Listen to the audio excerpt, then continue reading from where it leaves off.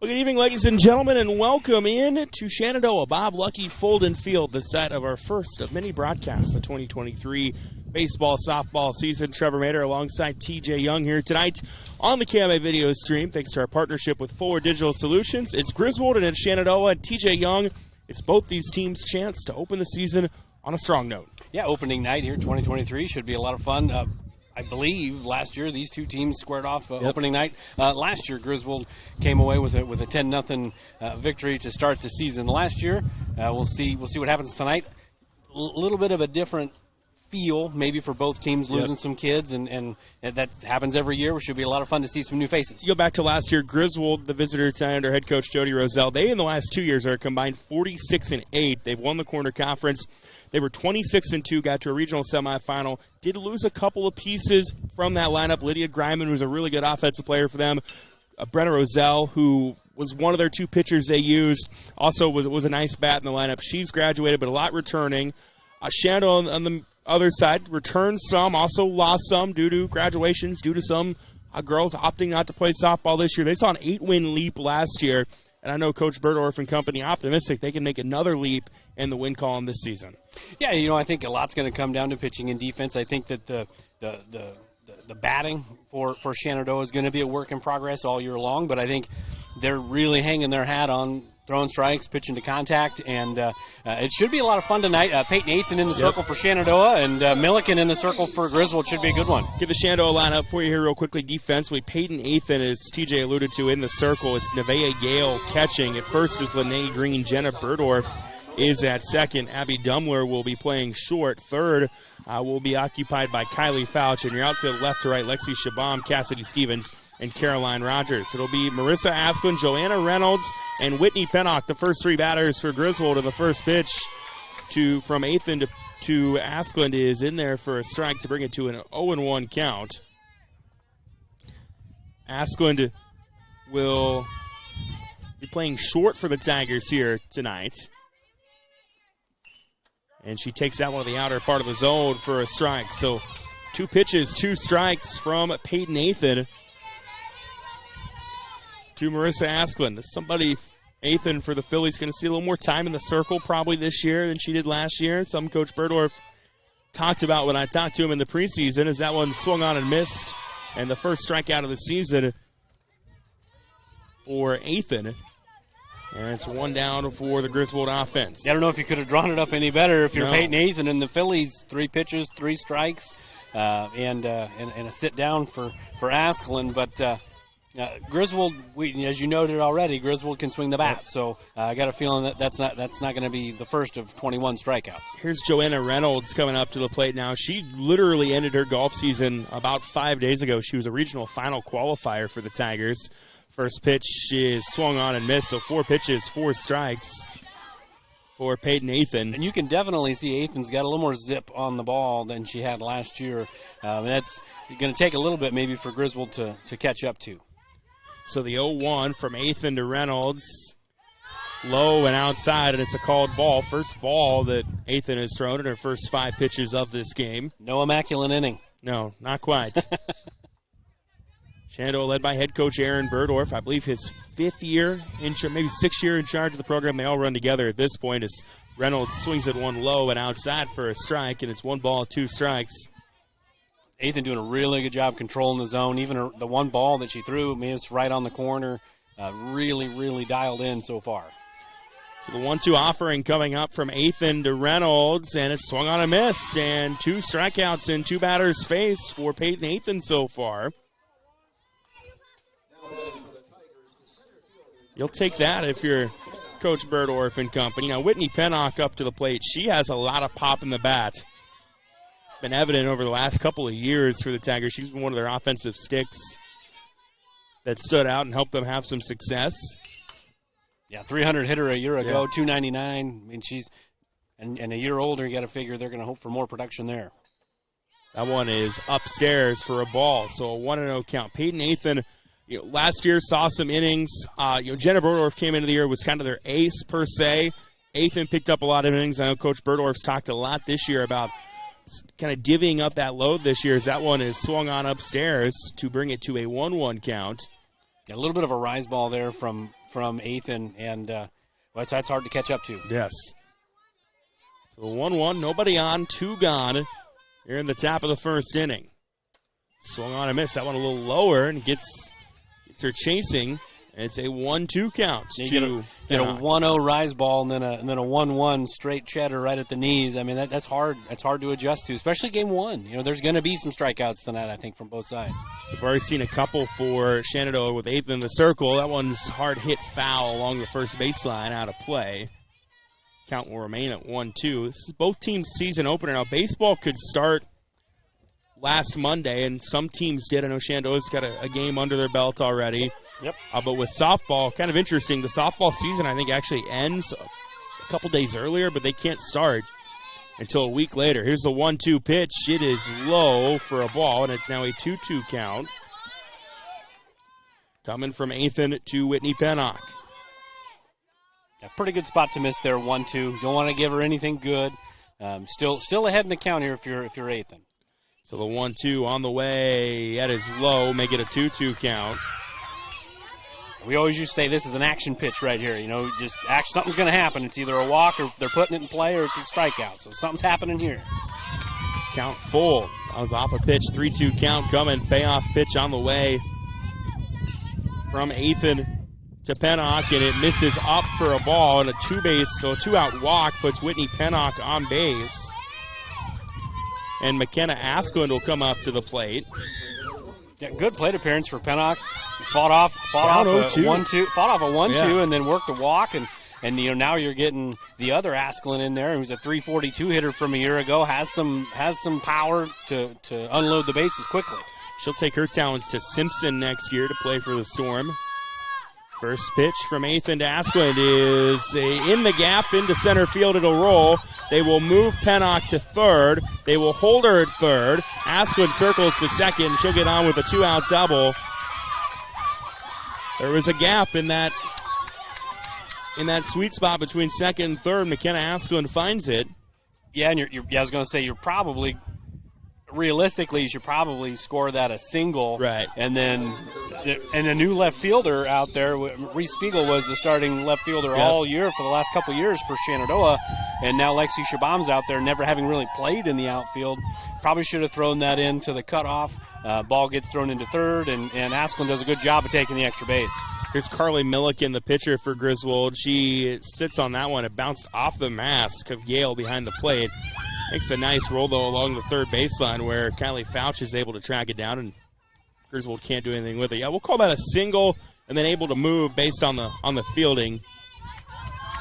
So this is kind of that battle or game in the game here with pitcher versus pitcher, trying to help yourself out here. And a strike in there on Milliken brings it to a 1-1 count. Runners on second, third, 2 gone. Here at the top of the first inning. I mean, Milliken was dynamite last year in the circle, and then 400-plus hitter last year. She can definitely help herself. Chases one up, and it's a swinging strike to bring it to a 1-2 count. So Athan one pitch away from getting out of a jam after having struck out the first 2 batters. On 7 pitches. Yeah, it looked like she was going to cruise, and then that 2-out walk. 2-out walks always tend to bite you. See if Athan can get out of it. 1-2, and it's a foul tip, strike 3, and Athan gets 3 strikeouts. Griswold did strand 2 runners on 1 hit, and we go to the bottom of the first, scoreless here on the KMA Extreme.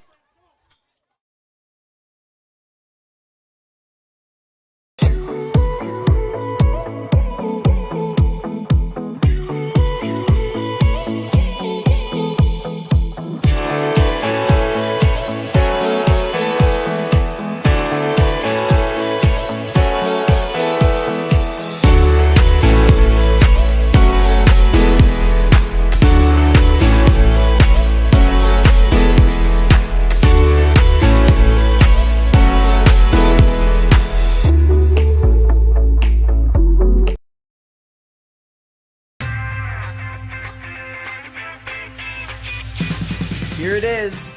This is where my passion is my major. With more than 80 areas of study, dozens of clubs and activities to choose from, and advisors who ask the right questions and offer support, it's easy to be you at Iowa Western. Welcome back to Shenandoah here on the KMA Extreme Online, KMAland.com. We go to the bottom of the first. Shenandoah due up in this inning, and they're going to roll with the lineup of Caroline Rogers, Jenna Burdorf, and Lene Green. If anybody else gets on base, Peyton Nathan will join the fun. If you're watching, first off, thank you. Second off, you can see the lineup on your screen there just a moment ago. The rest of the lineup's Kylie Fouch, Lexi Shabam, Nevaeh Yale, Abby Dumler, and Cassidy Stevens. In the circle for Griswold tonight, Carly Milliken really came onto the scene last year, had a strong season. McKenna Wichman, a multi-year starter for them behind the plate, will be in the catcher spot. And then playing first for them will be McKenna Asklund. They've got Abby Gallinghorst at second, Joanna Reynolds at third, Marissa Asklund at short, and their outfield going left to right, Addison Adams, Whitney Pennock, and Dakota Reynolds. Or check that, Joanna Reynolds playing in right. It'll be Dakota Reynolds at third. Forgot to put the first initial on my defensive positioning, and sometimes it's early in the year. You know, the pitchers might struggle, the batters might struggle a little bit first game, and the broadcasters are definitely going to struggle. Everybody gets a mulligan today in the first game. So here's Carly Milliken. Again, the first batter she'll face will be Caroline Rogers. And Rogers, first pitch swinging, slow roller, just goes foul along the first baseline.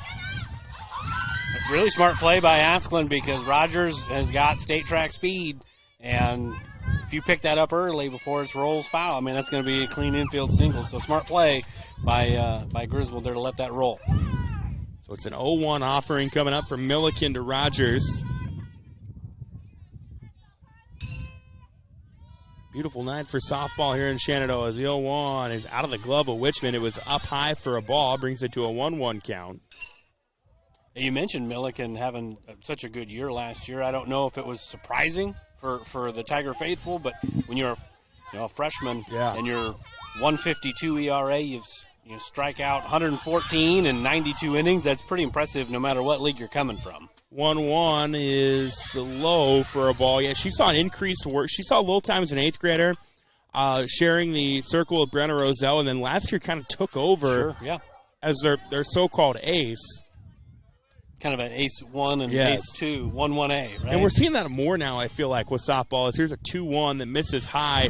You know, I mean, for how long was it? Okay, your pitcher was your pitcher, right? Yep. I mean, you had one horse, and that's who you threw out there. But we're seeing a lot of teams now, definitely in the 1A, 2A level, where you've got one, you got two, sometimes three. I know Clorinda thinks they've got 4 or 5 different girls they can use this year, as that is roped to second, and the throw over from Gallinghorst to Asklund is there in time for the 4-3 putouts, and there's one gone. Yeah, hard hit ball, one hopper, good play by Gallinghorst to scoop it on the one hop, the short hop, and make the play. Camera guy was a little slow on that one. It was a good play. Jenna Burdorf up to the plate now for the Phillies. She's playing second base tonight. Burdorf's been a contributor to this lineup since she was an eighth grader. Yeah, and again, another one of those, and that's going to be a base hit right there. It lays down a bunt. Wichman can't get the throw over in time, and a nicely placed bunt by Jenna Burdorf gets her on with a one-out hit. I mean, she put it down about 4 feet in front of the plate, about as nicely as you could. Well, she had 42 hits last year, according to Bound. She was an all-conference player, but all 42 of those hits, singles. Yeah. And she's that slap hitter, bunter, and she's done a really good job with that skill. So, first base runner of the season on for the Phillies. Here's Lene Green up to the plate now. She takes one on the lower part of the zone for a strike. Green, I mentioned earlier, Joanna Reynolds was coming off of playing golf a couple days ago. Well, Lene Green 3 days ago was throwing shot put at the State Track and Field Championships, finished 21st in Class 2A. Yeah, same with Rogers and Burdorf. Burdorf, yep. Not throwing shot put. They're but part of the shuttle hurdle, which ran on, I believe, Thursday. 0-2 count now to Green as she chased that one. So an 0-2 with one gone from Milliken to Green. Jenna Burdorf resides at first base right now after her bunt turned into a single. And the 0-2 on the way, misses low for a ball.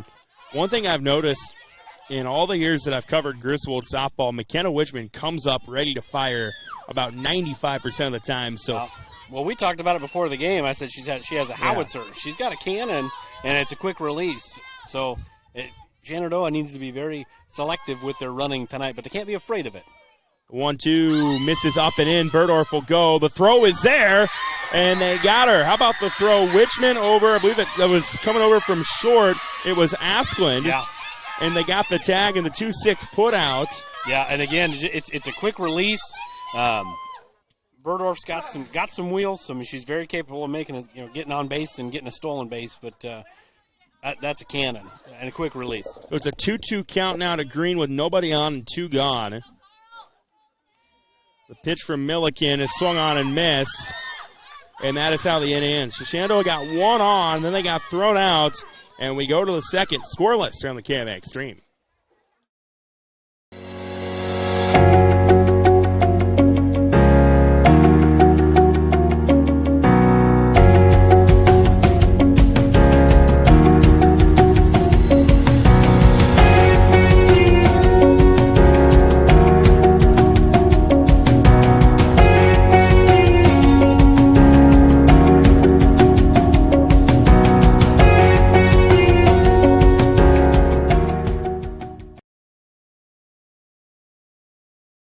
United Group Insurance is a team of people you know and people you trust. We offer home, auto, farm, crop, life, health, and commercial insurance from our convenient offices in Atlantic, Griswold, Red Oak, and Shenandoah. Our team of agents work together to make sure our customers find an insurance policy they feel great about.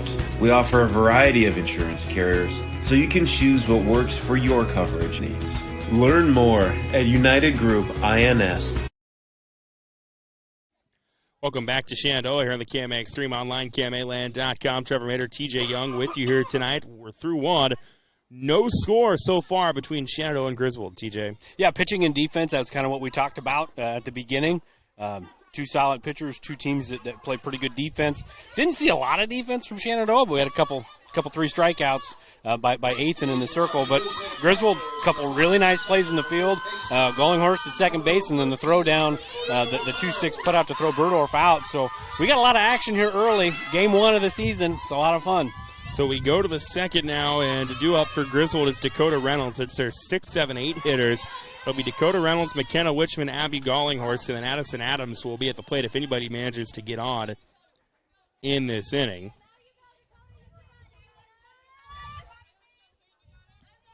0-1 count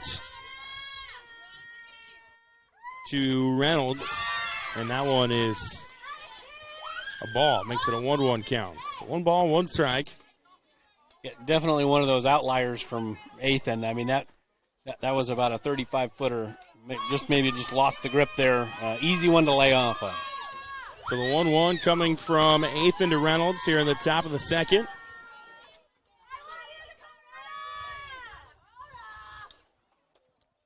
Is low for a ball. It's a tempting pitch that Reynolds able to lay off of. And I'm sure it's a ball, but both Milliken and Athan, they're trying to paint the corners and see where they can go, and it seems to be pretty consistent, at least early on, that the inside corner is not going to be there tonight against the righties. 2-1 rolls back to Yale, and it's going to be a 3-1 count. Definitely a hitter's pitch here at 3-1. Yeah, as an offensive player, your strike zone shrinks a little bit when you have an advantage in the count. So you're kind of thinking 1 pitch, 1 spot, and don't help her out. See if you can get on base, make something happen, make some noise on the base path. 3-1 misses up, and it's a 5-pitch walk charged to Athan. Reynolds gets on with the leadoff base runner. And that was kind of the bugaboo a little bit for Athan last year. She didn't walk a ton of batters, but 46 and 82 innings is not a crazy number, but if it's true for her, it's true for everybody. Walks kind of tend to come back to bite you. Didn't bite Shenandoah in the first inning, that 2-out walk. See if they can work themselves out of a leadoff walk. So here is McKenna Wichman up to the plate, and that one is in there for a strike. Always good for a pitcher. Leadoff walk, yes. Come right back, strike 1, pound the zone, and see if you can make quick work. Going to be tough to roll up a double play here, quick runner, but see if you can get a ground ball up the middle or a little pop fly somewhere.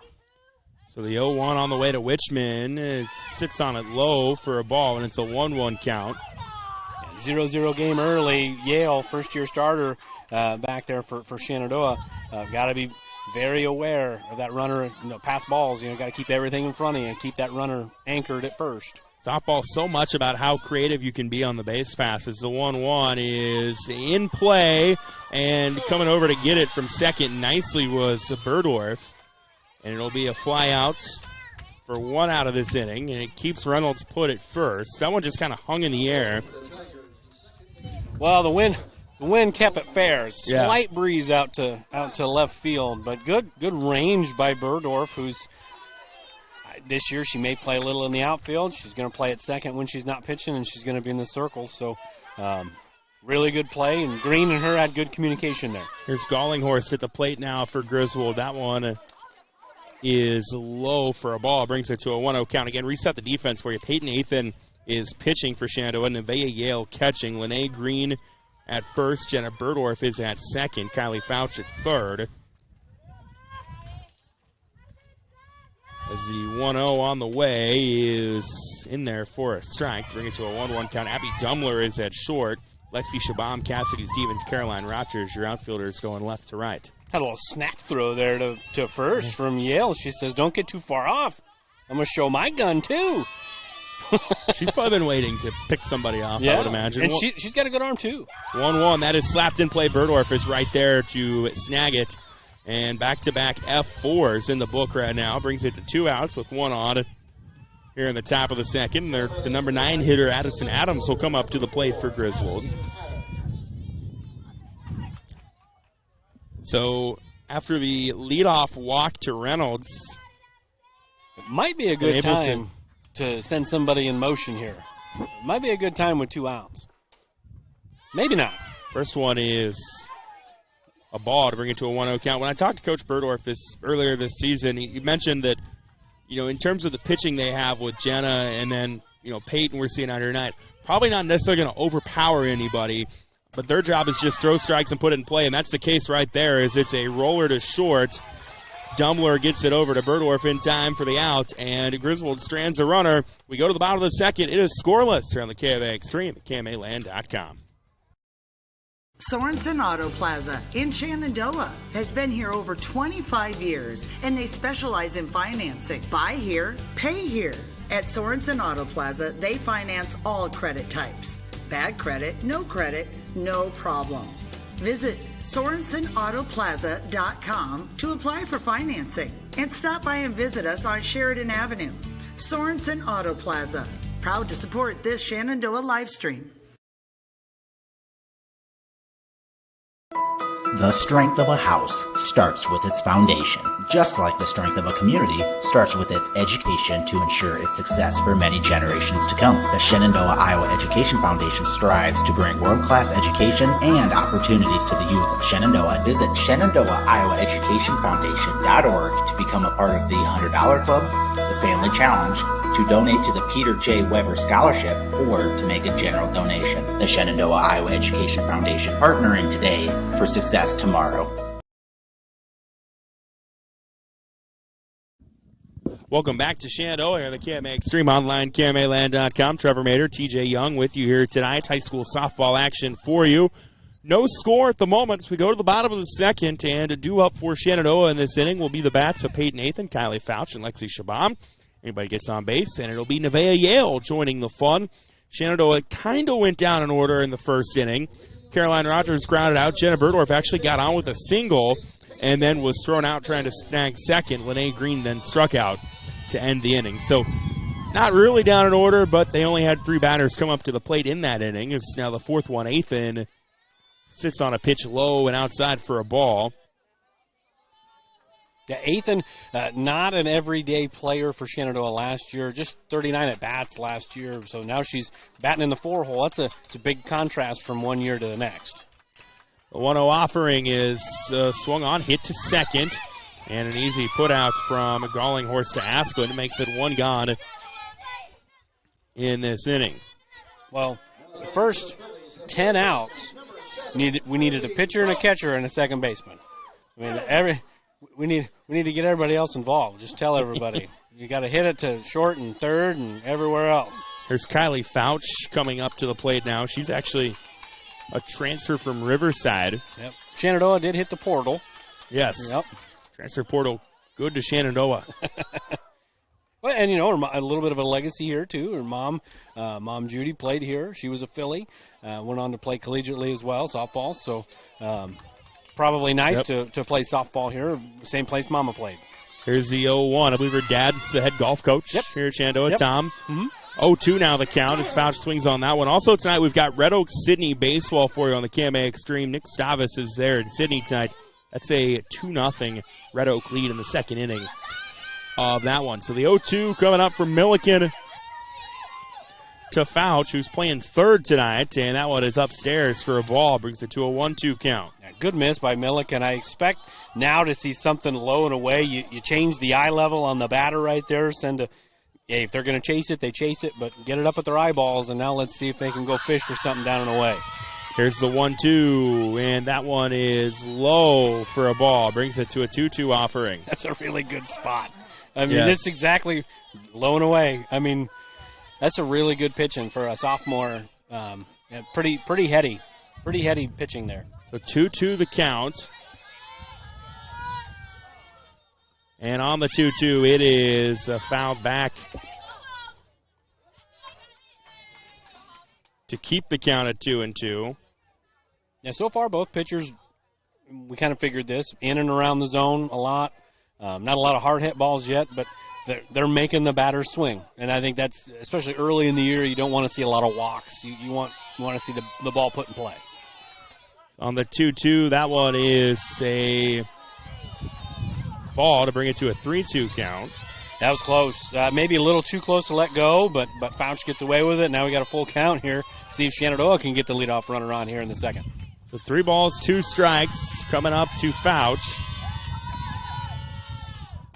And that one is fouled out of play. So 3 balls, 2 strikes, still the count.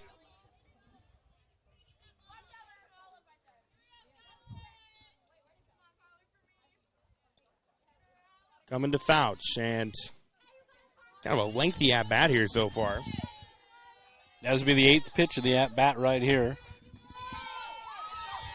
3 balls, 2 strikes. That one is fouled back, and guess what? Another pitch in this at-bat coming up for Kylie Fouch. Super good at-bat. You know, win or lose the battle, you're making the pitcher work. It's not quite like baseball where you got like a pitch count type of deal, but still the same deal. It's just it's stress pitches that you're putting on a pitcher. And for a batter like Fouch too, who's a little more inexperienced, gives you a chance to see a little more. That is a high fly ball in play in the infield. It can't be gloved cleanly.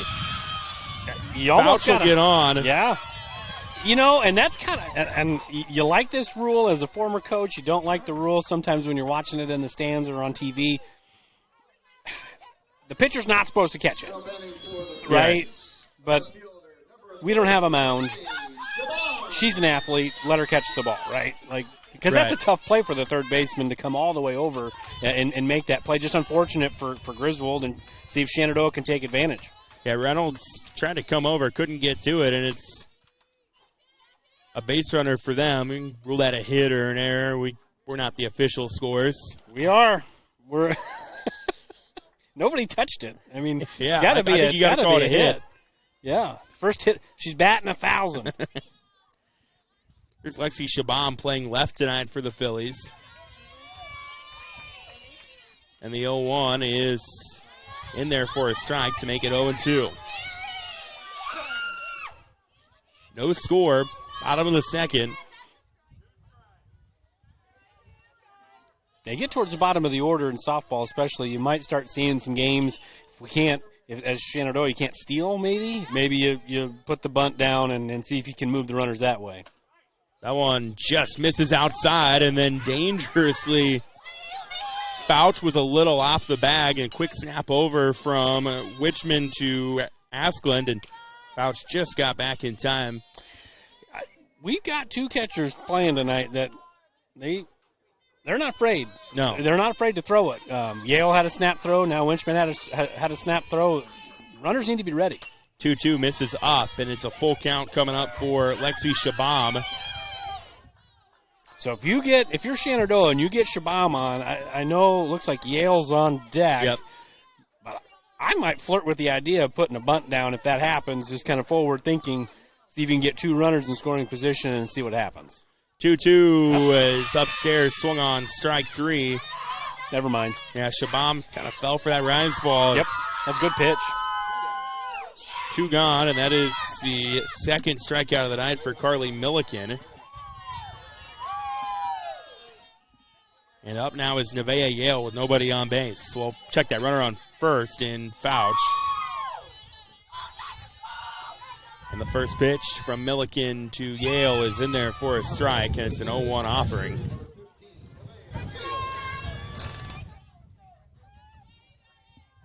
Coming up, Peyton Athan grounded out. Kylie Fouch got on with a single. It's going to look like a line drive in the box score.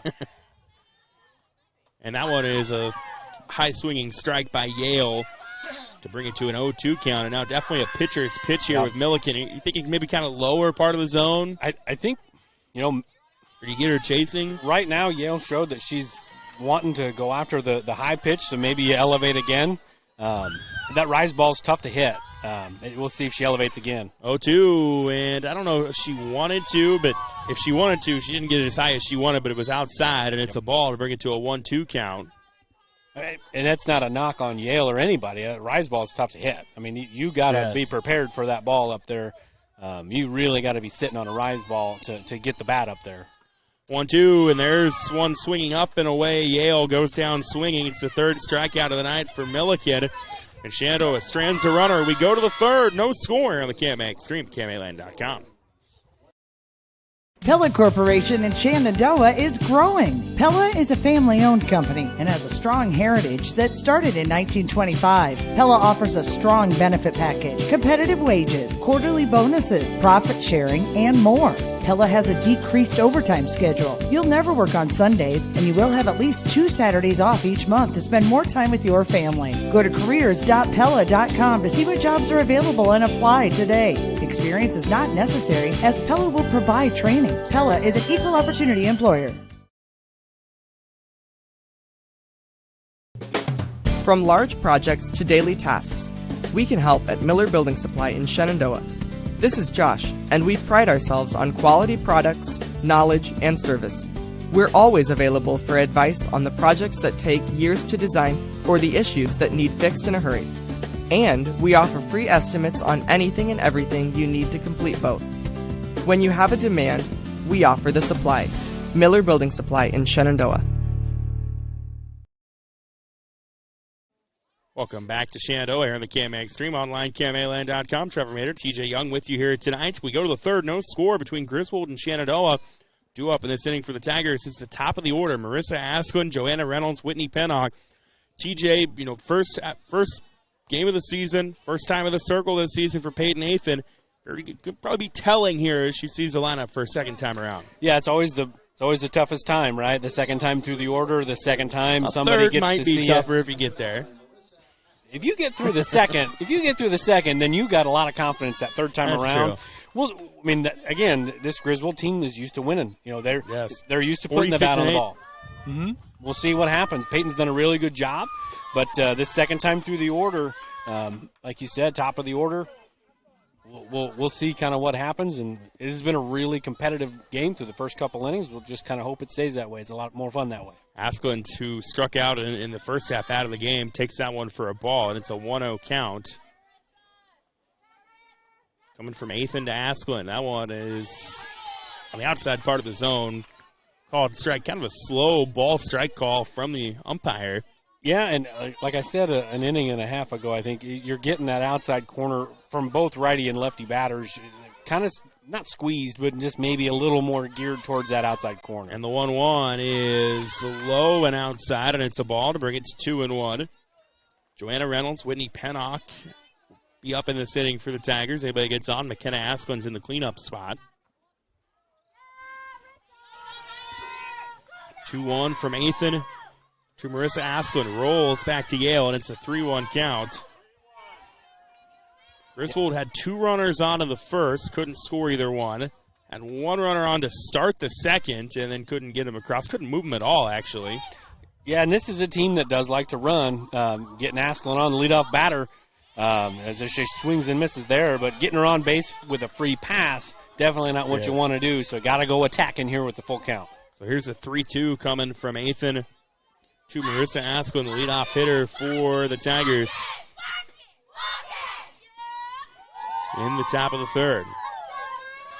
Payoff pitch is fouled along the left field line, out of play, and it'll roll back. Landed right in the grill. Right into the grill of a white truck over there. That's going to be fun to get out. Oh, it'll come right out. That's great. So you see something new every day at the ballpark. That was nice. 3-2 the offering now. Well, still the offering. She couldn't do that twice if she tried. There's a perfect bounce to it. And there's a perfect rip into center. That one is back, and it'll land near the fence. Asklund to second. She'll stay at second with a double. But it's a leadoff double for Marissa Asklund. And, caught Shenandoah's defense. Their outfield shallow, and she put a charge into it.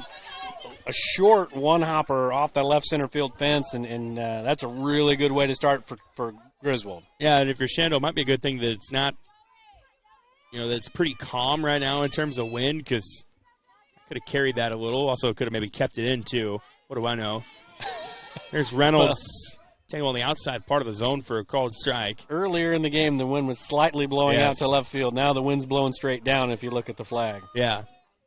No homers when the wind's blowing straight down. Here's the 0-1. Not unless it's really, really ripped. Yep. And that one is fouled back out of play near the Griswold school bus. That is why you always park far enough away where you're not in harm's way, but also not so far that you have to walk a super long way. Yes. 0-2 the count.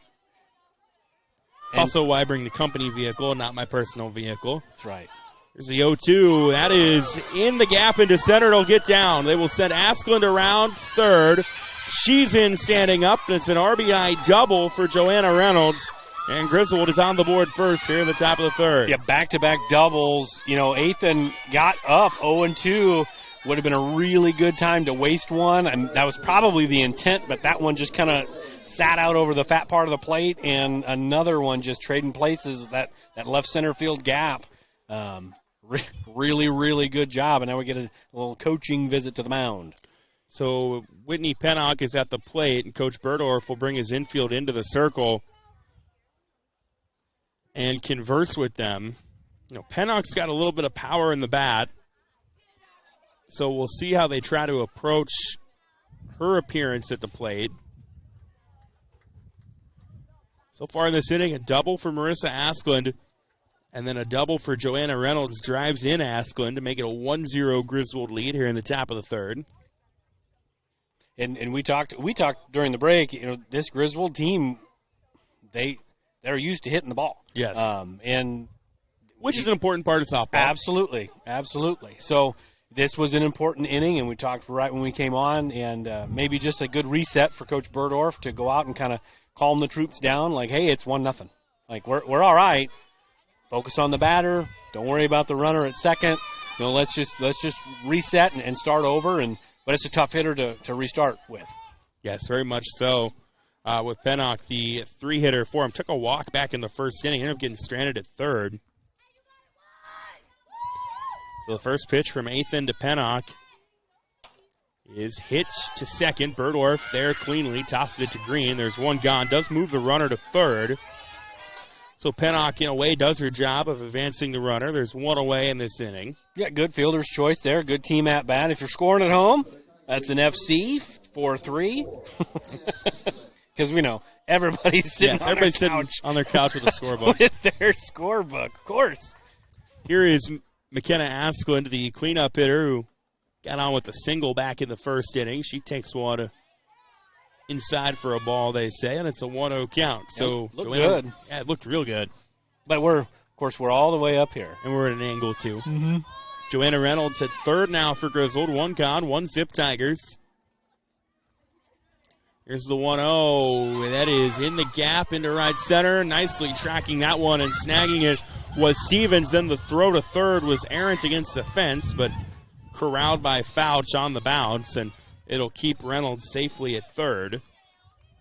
And there's 2 gone. Yeah, really good catch in the gap, and then not a lot of sense of urgency at third base to track the ball down, and then not a lot of heads-up base running to take home. If this stays close, that might be a big deal. I thought that was going to drop, and it just kind of hung in the air. And Stevens she's very good out there in center field. She covers a lot of ground out there. Here's Milliken trying to help her own cause at the plate. Takes that one low and inside for a ball. Yeah, it's crucial at bat right here. Milliken, again, trying to help herself. 1 run's great. Get some breathing room, but 8th and 2, bear down, get the out, and go to the bottom half. 1-0 is fouled back out of play onto the netting by the baseball bleachers. And it's a 1-1 count. 1 ball, 1 strike, 2 gone. Here in the top of the 3rd. And the 1-1 is popped up, drifting foul, and it's off the Shenandoah dugout. Fouch came over from 3rd, thought maybe she had a play on it, but ends up bouncing off the dugout, out of play, brings it to a 1-2 count. So Athan just 1 pitch away from getting out of this inning. Damage control mode right now. Yeah, probably. If they can get out of it, you look back at that kind of coach's visit, kind of a settle the troops down moment where you can turn the page and flush it if they can get out of it with 1 more pitch. The 1-2 will drop fair along the right field line, and they will send the runner in. And it's an RBI single for Carly Milliken to make it 2-zip. That one it just dropped. Looked like maybe it was going to have enough juice to carry foul, and then it lands in. Scores Reynolds, and Milliken with her first ribby of the year and of the night. Makes it a 2-zip.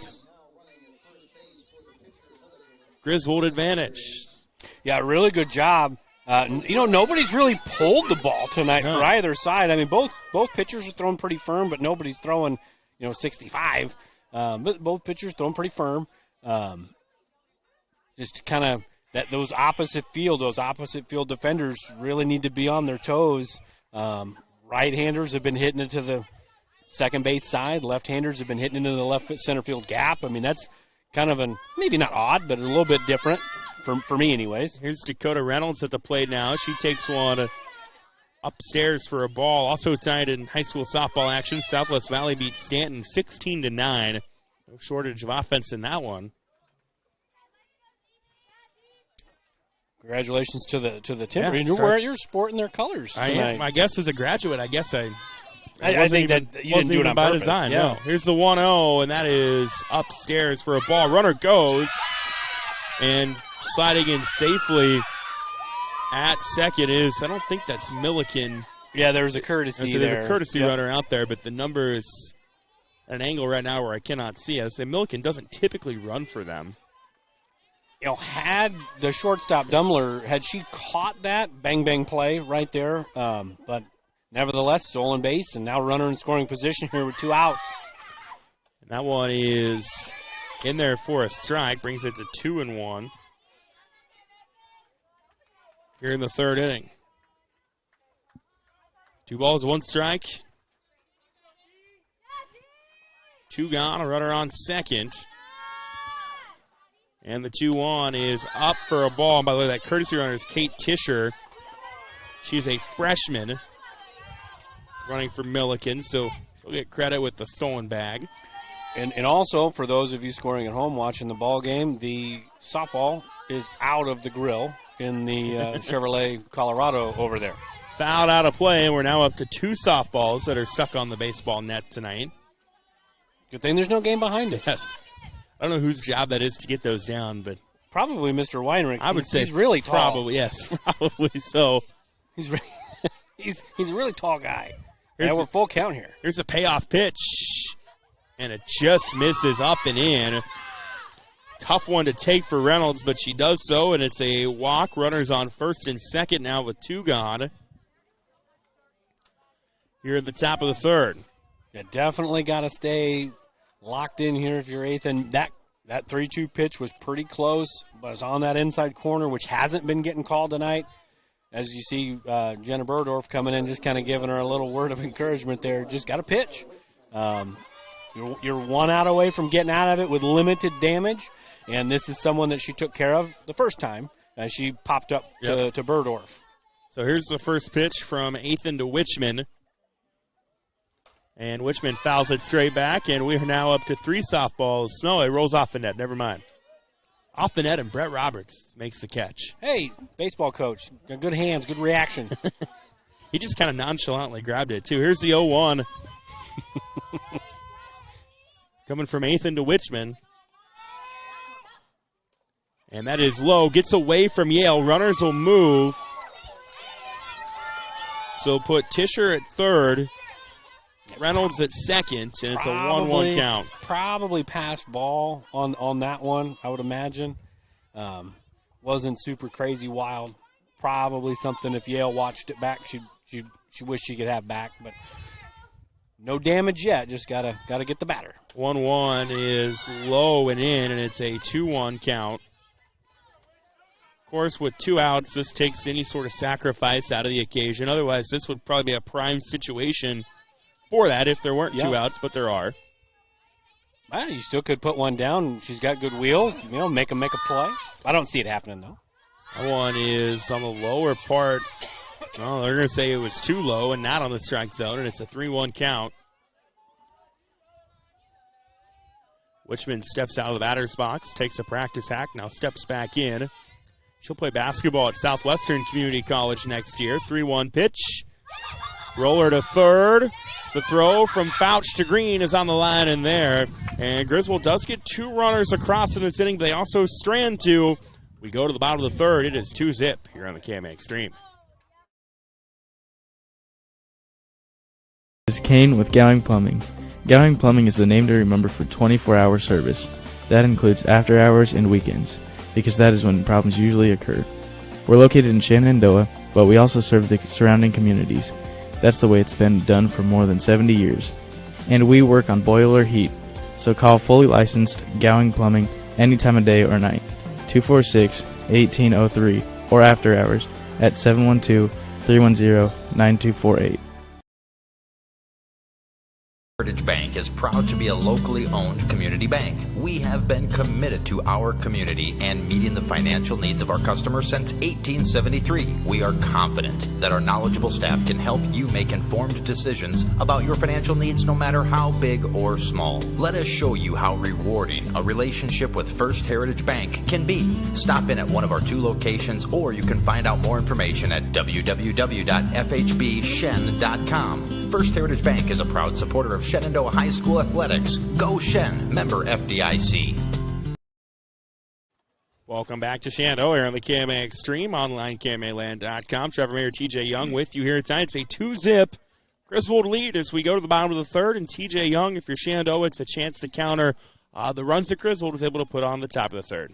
Yeah, I think really for both teams, you got to be fairly pleased. Griswold was able to break the seal a little bit, get a couple hard-hit balls, get some extra base hits, get some runners around and score for Shenandoah. The damage control, right? You would have loved to just have given up the 1 run. You ended up giving up 2, but you got out of it with limited damage. It's still a ball game, and plenty of game left with 8-9 and then top, and then it's their second turn through the order, which, again, we've talked about. Super critical point of the game when you get that second at-bat, seeing that same pitcher twice. And Shenandoah's got good hitters at the top of that order. See if they can get something going. But we'll see what Abby Dumler, the freshman, does in her first varsity at-bat, to my knowledge. It'll be Abby Dumler, Cassidy Stevens, Caroline Rogers, still up in this inning. Jenna Burdorf. No, yes. She did never bat last year. She played in 7 games as a runner. So first varsity at-bat right here. And she swings at the first pitch she sees for a strike. They missed that, sorry. My fault, everybody at home. We're back. It's a long season. Mulligan. Yeah. Here's the 0-1. On the way from Milliken to Dumler. That is up for a ball, and it's a 1-1 count. So Shenandoah in the first inning got Jenna Burdorf on with a single. She then got caught stealing. Kylie Fouch popped one up that nobody fielded for Griswold. That results in a single, but then Milliken went strikeout to end the inning. The 1-1 is swung on and missed by Dumler, and it's a 1-2 count coming up. Big swing there for Dummler. Somebody that's throwing pretty firm. Really just got to kind of shorten up. That's easier said than done sitting up here. But really got to just kind of shorten up and put it in play and see if they can throw it around a little bit. 1 ball, 2 strikes from Milliken to Dummler outside a called ball, and it's a 2-2 count. Coming up, both teams' opening game of the year. Shenandoah, of course, in the Hawkeye 10 Conference. Griswold in the Corner Conference as Dummler swings at one upstairs for a strike.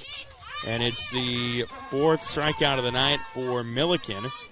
Yeah, Milliken went a little off speed there. You speed up the bat of Dummler there, and then you slow her down and get her way out in front, out on her front foot. That's a good job by Milliken, who's not just a thrower. I mean, she's a pitcher, and she does a really good job of manipulating the batters a little bit. So, really good job for her. And Stevens, I don't know if she was showing slap or bunt or both, but ends up being a strike. It's an 0-1. And, I watched a lot of their games last year. This is new for me. She's right-handed by nature like Burdorf, but last year she was always right-handed. So we'll see how it goes. Slaps one down. Wichman throw to first is there. Nice job by Wichman on the line to Asklund, and there are 2 gone in this inning. I don't know many other catchers that are going to be able to get up and get down and get Steve. That's a good bunt on the third base side. That's a really nice bunt. And Wichman got up and fired a dart, and that's a really good play. It took a perfect throw, and it was.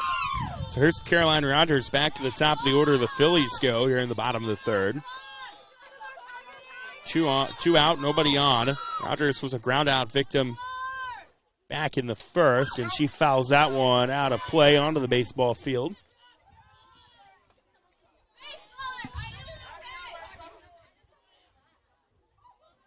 It'll be an 0-1 count. Coming from Milliken to Rogers. And that is slapped to 3rd. The throw is there from Reynolds to Aspen, and it's a clean frame for Carly Milliken and company. 3 up, 3 down, 3 done. We go to the bottom. We go to the top of the 4th, rather. 2-zip Griswold here on the KMA Extreme. Every inch of your body puts pressure on one place, your feet. So give your feet everything they could ask for by walking in to Brown Shoe Fit Shenandoah. Shoes for every occasion, boots for any situation, and above all, the right fit for you. After all, Brown Shoe Fit has been fitting feet for over 100 years. The only downside, so many shoes to choose from and only 2 feet. Great service, great selection, a great fit every time at Brown Shoe Fit, downtown Shenandoah. It's always been my dream to own a locker. You like school that much, huh? Actually, no, my own meat locker. I'm processing. So, what do you think? Well, if that's your it, let's make it happen. Welcome back to Shenandoah here on the KMA Extreme online, KMAland.com. It is a 2-0 Griswold lead as we turn it to the 4th inning here tonight, and due up for the Tigers in this 4th innings are 7, 8, 9 hitters of, we'll check that, it'll be their 8, 9, 1 hitters of Gallinghorst, Adams, and Asklund. To start this inning, Griswold put on 2 runners in that inning, and then we saw a clean frame just moments ago, TJ, from Carly Milliken. Yeah, that's exactly what you want from your ace. You score some runs, take the lead. You want a shutdown inning, and that's exactly what they got, and they did it. She had 8-9-1, and that's exactly what Shenandoah has right here. 8-9-1. You want to get through it quickly. You want to get to the 8-9 and then top of the order with nobody on base. That's exactly what Milliken did. See if Athan can follow suit here in the top of the 4th and get something going, maybe some rally with the bats for the Phillies. Gallinghorst flew out in the 2nd inning.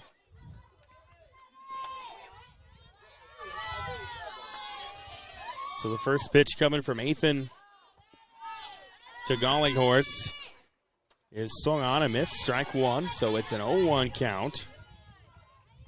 And Abby Gallinghorst, Addison Adams, Marissa Asklund up for Griswold in this inning. Anybody gets on, Joanna Reynolds will join the party. The 0-1 is hit to 3rd. Fouch was playing in, throws to Green. And back-to-back batters have gone down via the 5-3 putout. That really good start. 2 pitches. Get the ground ball to your third baseman. And now you got number 9. Let's get number 9 if you're Shenandoah. And then deal with that top of the order just like Griswold did with Caroline Rogers up to bat with nobody on base. It's going to make Griswold have to string a few hits together.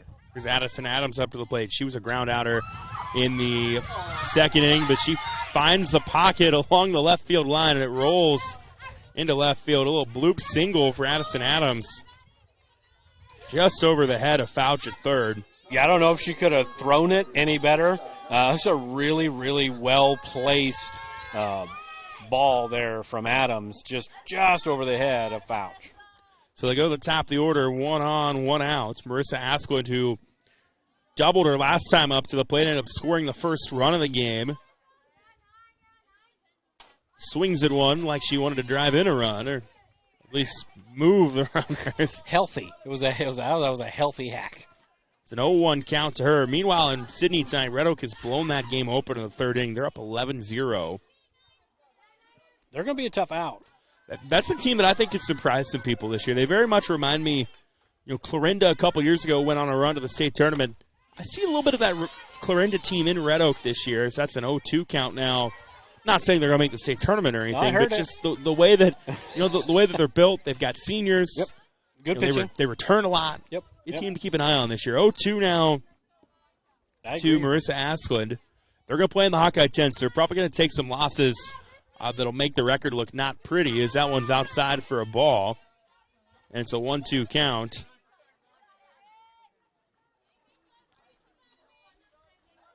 To Marissa Asklund with 1 on and 1 out. The runner is Addison Adams at first. And the 1-2 is in the gap in center, just over the glove of Berdorf. And it'll be a single as the line moves. Adams to second. Asklund to first. Berdorf might have actually got a slight piece of it, but that was hard hit. Yeah, two very firm hits right there tonight. So 2 for 3, had the strikeout to lead off the game, but in their last 2 at-bats, hit some bullets right up the middle, and now 2 on, just 1 out, and getting into that heart of the order. Mason's got to bear down here and try to minimize this damage. No damage so far. Just got to try to keep it that way. Here's Joanna Reynolds swinging at one for a strike. She had the RBI double that drove in Asklund and put the Tigers on the board back in the third inning. So it's an 0-1. Runners on first and second. That one is low and outside for a ball. Brings it to a 1-1. Griswold, as I mentioned, they've gone 46-8 over the last 2 years. Pretty solid. Pretty good. Got to a regional semifinal both times. Both times lost in games that I broadcasted. I went outside, so they might not let me back. Yeah, as I say, are they blaming you? I don't know. They ran into some really good teams, so maybe not. Lost to Martinsville St. Mary's 2 years ago in a game they were very much in. Then lost to a really, really good state runner-up Southeast Warren team last year. 2-1 the offering now to Reynolds, and that one is low for a ball, and Adams was feeling a little frisky at second, got back though. And we talked about it earlier. These catchers are not afraid to let it fly, and both of them. And that was a lot closer than it probably should have been. There'll probably be a conversation in the dugout between innings. 2-1, Reynolds swings at one on the outer part of the zone, makes it a 2-2 count. 2 balls, 2 strikes. Oh, no, called ball, 3-2. Okay, the scoreboard was off. Payoff pitch on the way. And it's a called strike 3 on the outer edge. Very similar placed ball to the last one. A huge strikeout. That is the first called strikeout of the night from either side. Which, that is now Athan's first, second. That is her third, and Milliken's got 5 of her own.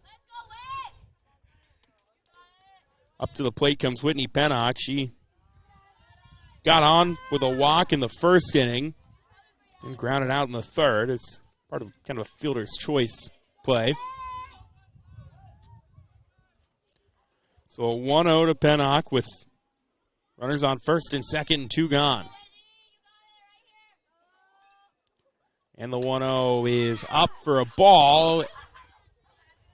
Little bit of space for Askland at first, and Yale threw down the line to Green. Green did a good job. Good thing she's tall, able to grab that one and prevent it from rolling. It's always a good idea when it goes well, but when it doesn't go well, you tend to do that kind of second guess. But that's a good job by Green. 2-0 low, and it gets away from Yale. Runners will move. Put Adams at third, Askland at second. So now here's the danger zone scenario. You're 3-0 to the number 3 hitter. Yes. You put her on base, then you load the bases. To the cleanup hitter. So, I mean, you really can't just let it go. You still got to try to challenge here. Here's the 3-0 to Pennock. She's taken all the way, and that's upstairs for a ball. And Whitney Pennock loads the bases. 2 gone here in the top of the 4th. That is Ethan's 3rd walk of the night by my tally. And McKenna Askland, who singled in the first, flew out in the 3rd on one that was kind of hard hit, but nicely tracked by Stevens in center. And the future Simpson Storm softball player sees the first pitch, takes it for a ball that's 1-0. Yeah, that's a tough one. I mean, if you're Shenandoah, that's tough. Really good if you're Griswold. That look pretty good. Went a little off speed there and just didn't get the call. So here's the 1-0. Askland, hard hopper to short. The throw is there nicely to end the inning. That was Dumler to Green. And disaster averted for Shenandoah as Griswold can't get any runs across. They strand 3 on, and it's 2-0. We go to the bottom of the 4th on the KMA Extreme. This very moment, a board-certified surgeon specializing in female pelvic medicine and reconstructive surgery is scrubbing up in a newly remodeled surgical center full of the latest technology to give a woman a chance to take back control over her body. It will take less than an hour. There will be minimal recovery time, and afterwards, she'll start to feel normal again. These are the things that happen here every day. The new surgical center at Shenandoah Medical Center. Your health is our mission.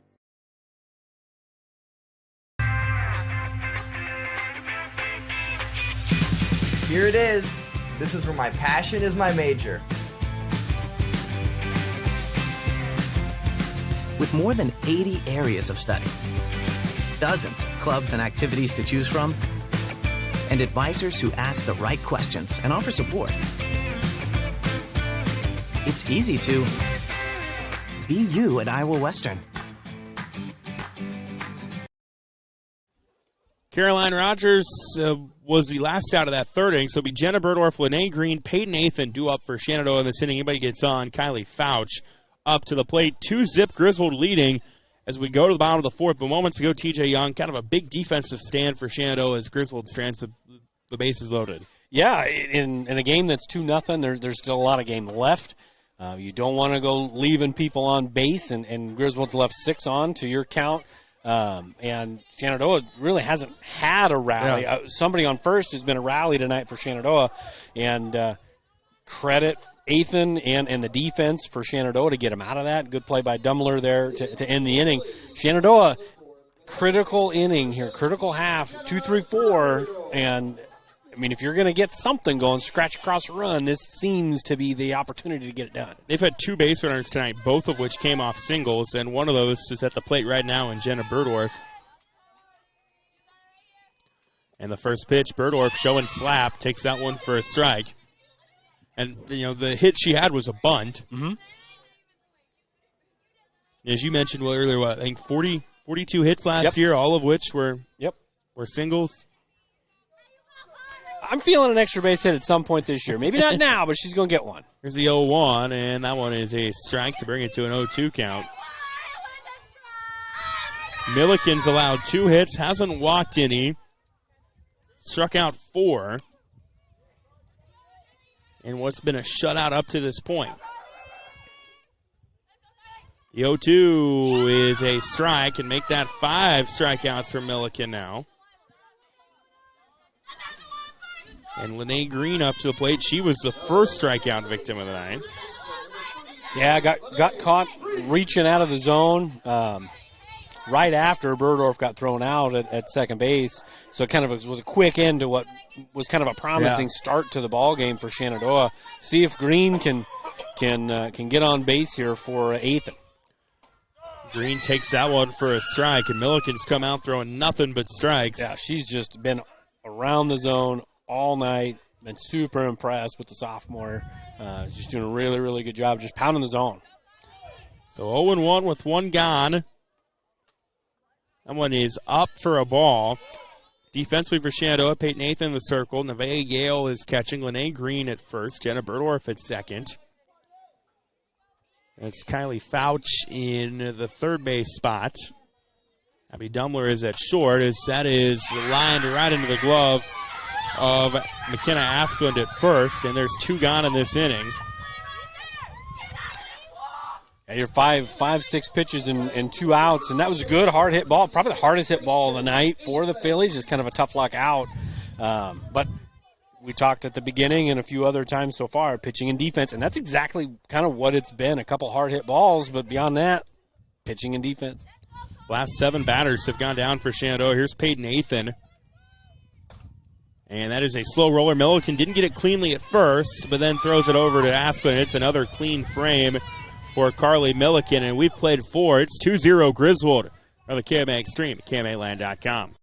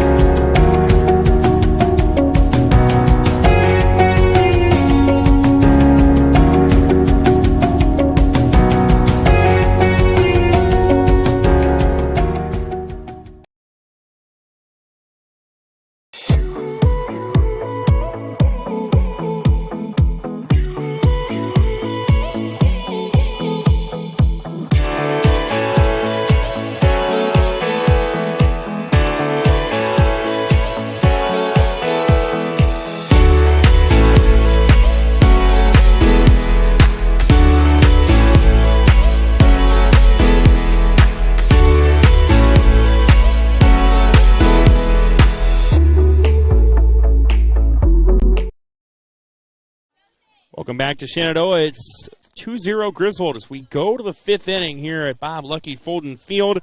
And it is the 5-6-7 for the Tigers. Carly Milliken, Dakota Reynolds, and McKenna Wichman. TJ, we've seen the pace of this game definitely pick up over the last couple innings. Yeah, especially for when, the Phillies offensively, Griswold defensively, Milliken starting to kind of take over the game a little bit, really pounding the zone, putting a lot of pressure on the offensive players for Shenandoah. On the flip side, Griswold putting pressure on Shenandoah. They haven't been able to capitalize. Shenandoah's done a good job of limiting the damage, but they got to continue that, maybe have a little less stressful half innings, try to get out of some things quickly and get the bats up and see if they can get something going. Milliken had an RBI single in the 3rd inning. Both of Griswold's runs came in that 3rd inning. Milliken swings at the first pitch, just got a piece of it, sends it straight back. And it's an 0-1 count.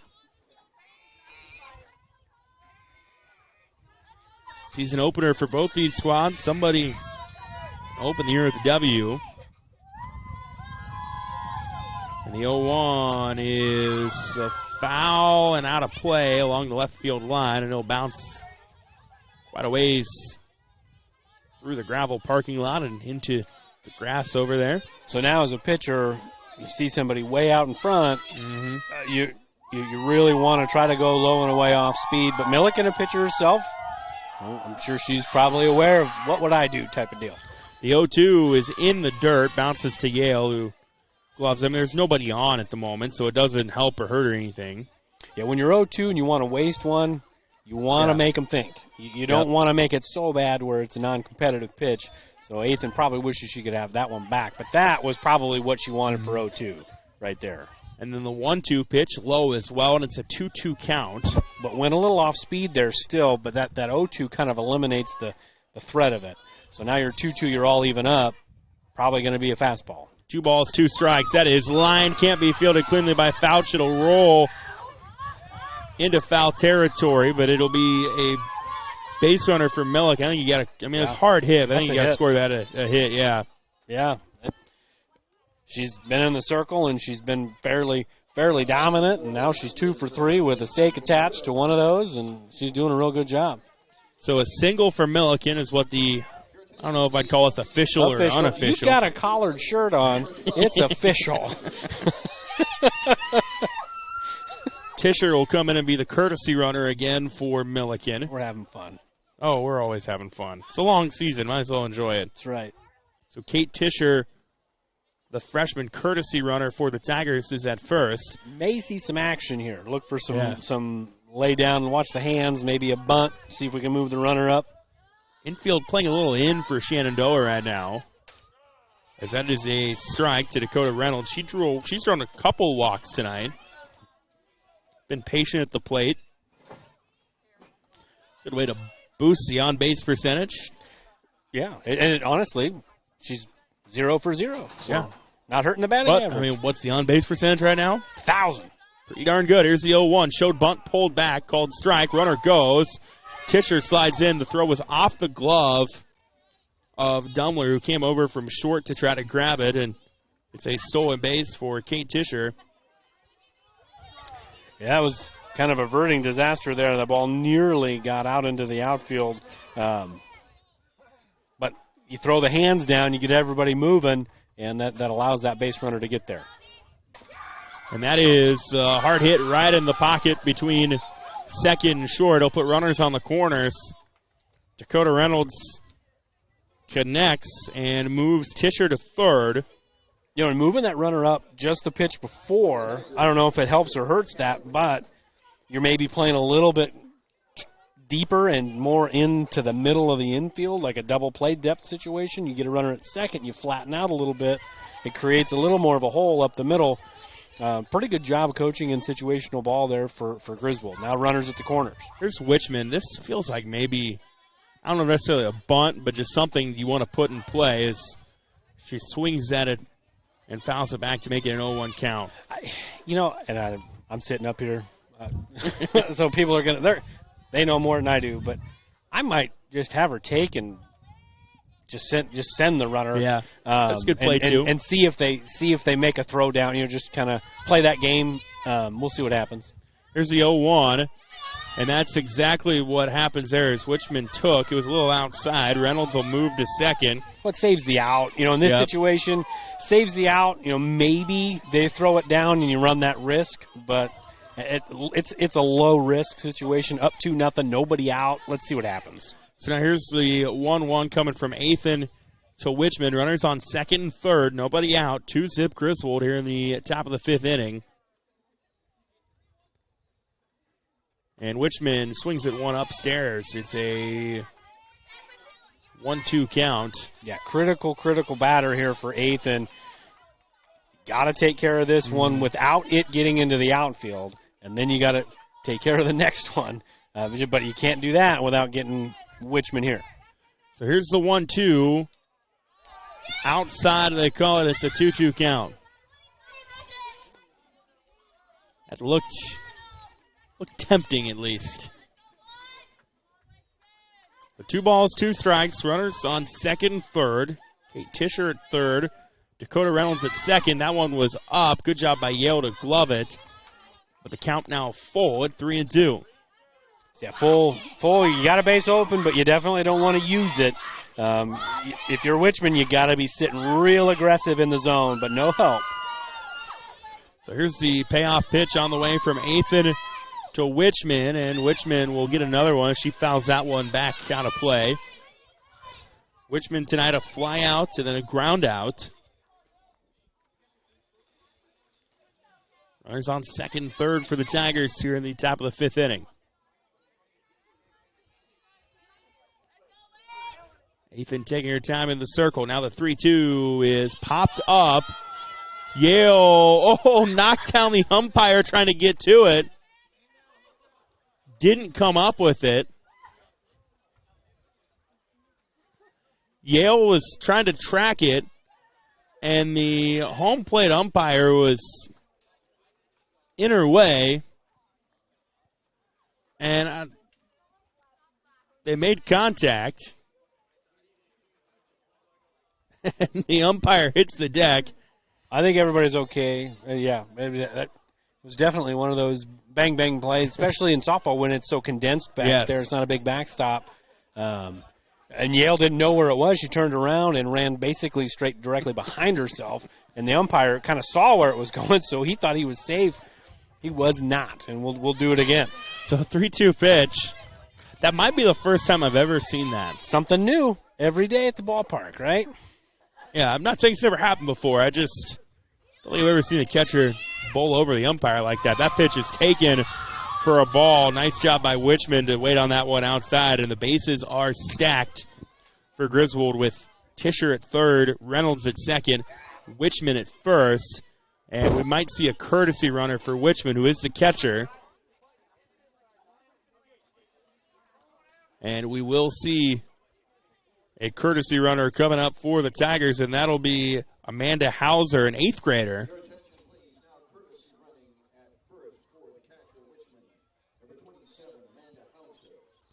So Hauser getting her first varsity action of her career.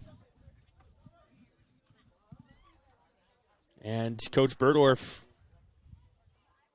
coming out to the circle, conversing with his defense. We're going to have a pitching change here. And I imagine Jenna Berdorf.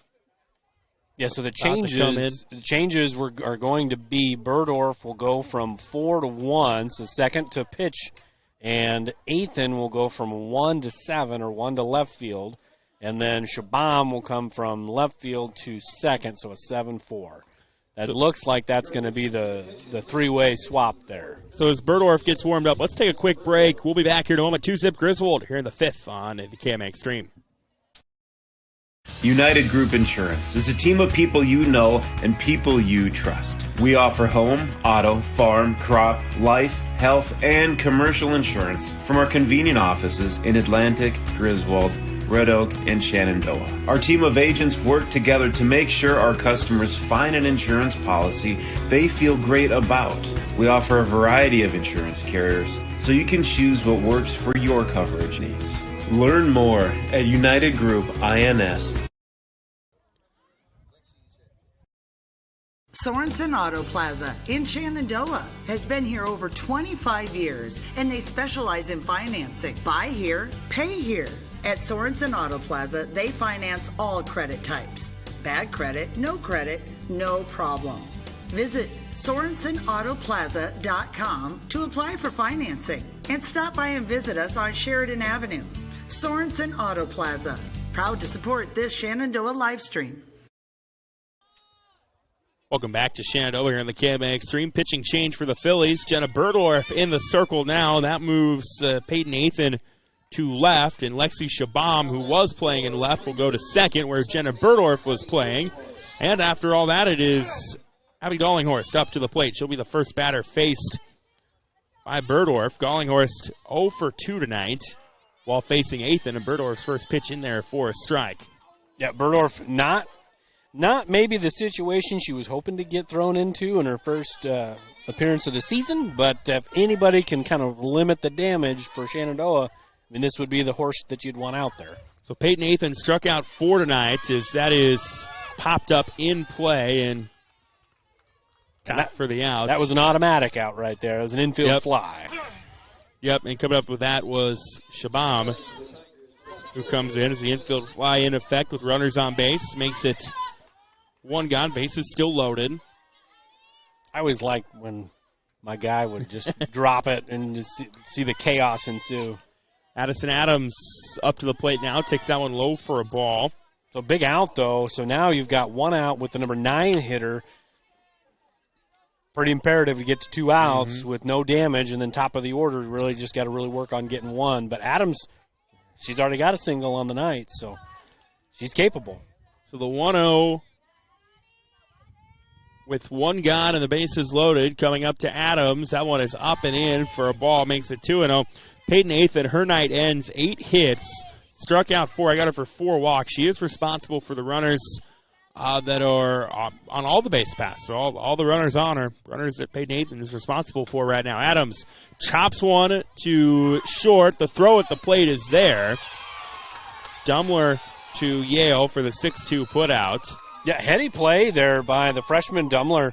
I'm sure there was a conversation that was had, but infield was drawn in a little bit. But you get that sharp ground ball, that 1-2 hopper, go right home, and now force at any base, top of the order, still just 2-0. If they can get out of this, huge for the Phillies. So Adams gets on via the fielder's choice. Bases still loaded with Reynolds at third, Hauser at second, Adams at first, and top of the order, Marissa Asplund up to the plate. Asplund thought about one up and outside, but sits on it for a ball, and it's a 1-0 count. She's got a double and a single to her name in the last two at-bats, but those were against Peyton Nathan. You got to feel like going to be putting the ball in play here. I mean, Berdorf will do a little more off speed to keep the hitters off balance than maybe Athan will, or maybe there's more of a gap between the fast and the slow. But she's been putting the ball in play the last couple at-bats pretty hard. You got to feel like somebody's going to have to make a play. One's foul back, 1-1 the count now. Two gone, bases loaded. Griswold left him loaded in the last inning. And that one is on the outer part of the zone, called strike, and Berdorf one pitch away from getting out of a jam. Griswold's already stranded 6 runners on the base paths tonight. I'm thinking if I'm the hitter, I'm thinking she's going off speed. So if I'm Berdorf, I'm thinking some high cheddar here. 1-2, and gets her for a strikeout. Jenna Berdorf comes in, rings up Asplund. And again, Shenandoah gets out of a jam as Griswold leaves the bases loaded for the second straight inning. It is 2-0 as we go to the bottom of the 5th on the KMA Extreme. The strength of a house starts with its foundation. Just like the strength of a community starts with its education to ensure its success for many generations to come. The Shenandoah Iowa Education Foundation strives to bring world-class education and opportunities to the youth of Shenandoah. Visit ShenandoahIowaEducationFoundation.org to become a part of the $100 Club, the Family Challenge, to donate to the Peter J. Weber Scholarship, or to make a general donation. The Shenandoah Iowa Education Foundation, partnering today for success tomorrow. Pella Corporation in Shenandoah is growing. Pella is a family-owned company and has a strong heritage that started in 1925. Pella offers a strong benefit package, competitive wages, quarterly bonuses, profit sharing, and more. Pella has a decreased overtime schedule. You'll never work on Sundays, and you will have at least 2 Saturdays off each month to spend more time with your family. Go to careers.pella.com to see what jobs are available and apply today. Experience is not necessary, as Pella will provide training. Pella is an equal opportunity employer. Well, we go to the bottom of the 5th. It's Kylie Fouch, Lexi Shabam, Nevaeh Yale up for Shenandoah in this inning. It's their 5, 6, 7 hitters as the Phillies down 2-0 here in their season opener to Griswold of the KMA Extreme online, KMAland.com. Trevor Mater, TJ Young with you. TJ, we've seen the Shenandoah defense do its part tonight. Back-to-back innings where Griswold left the bases loaded. Gotta manufacture some runs here if you're the Phillies. Yeah, and I think that may end up being the theme all year, right? It's the pitching and defense, and the defense has played well for both sides. Pitching's been fine. Griswold just hit the ball better than Shenandoah to this point with 8 hits to 2, and Griswold hasn't walked anybody, and Shenandoah's walked 4. So a lot more opportunities for Griswold. They just haven't cashed in, so you gotta feel pretty good as we're gonna get. It looks like a pinch hitter here for Athan. Yeah, so Athan. Looks like Henderson, I believe. For Athan or Fouch? No, I lied. It's Fouch. She's up. So it is for Fouch. I was just looking at my scorebook. I was like, I'm pretty sure it's Fouch. I was just messing with you. I've been known to get off before on my book, but here's the first pitch up and in for a ball. And it's a 1-0 count. I was just kidding. You're good. You get a mulligan. That's my second one. How many more do I gotta buy? 1-0 on the way from Milliken to Fouch. That's a strike to make it 1-1. Carly Milliken tonight has allowed just 2 hits, struck out 5, hasn't walked any. Shenandoah has had a grand total of 3 just the 2 base runners tonight. Trying to make it 3, slow roller to first. Asplund picks it up, takes a couple steps over.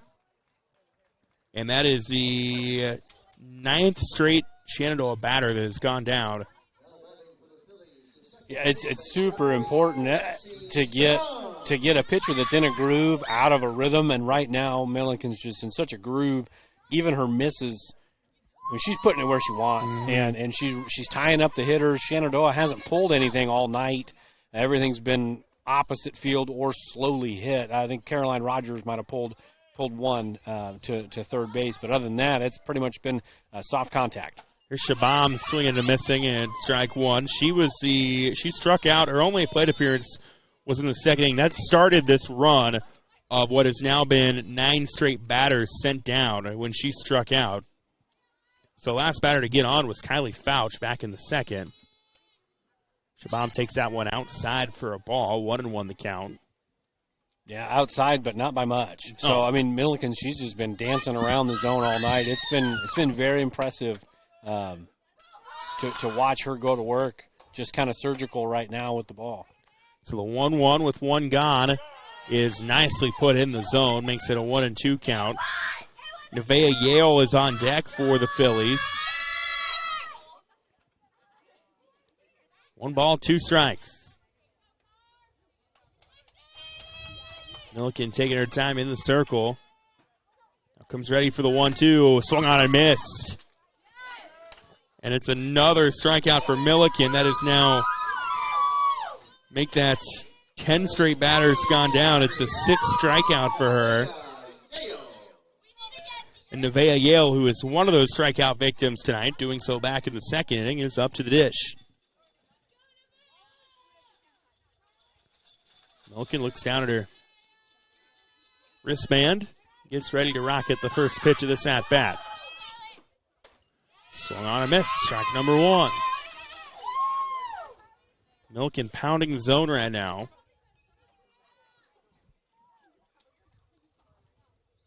So 0-1.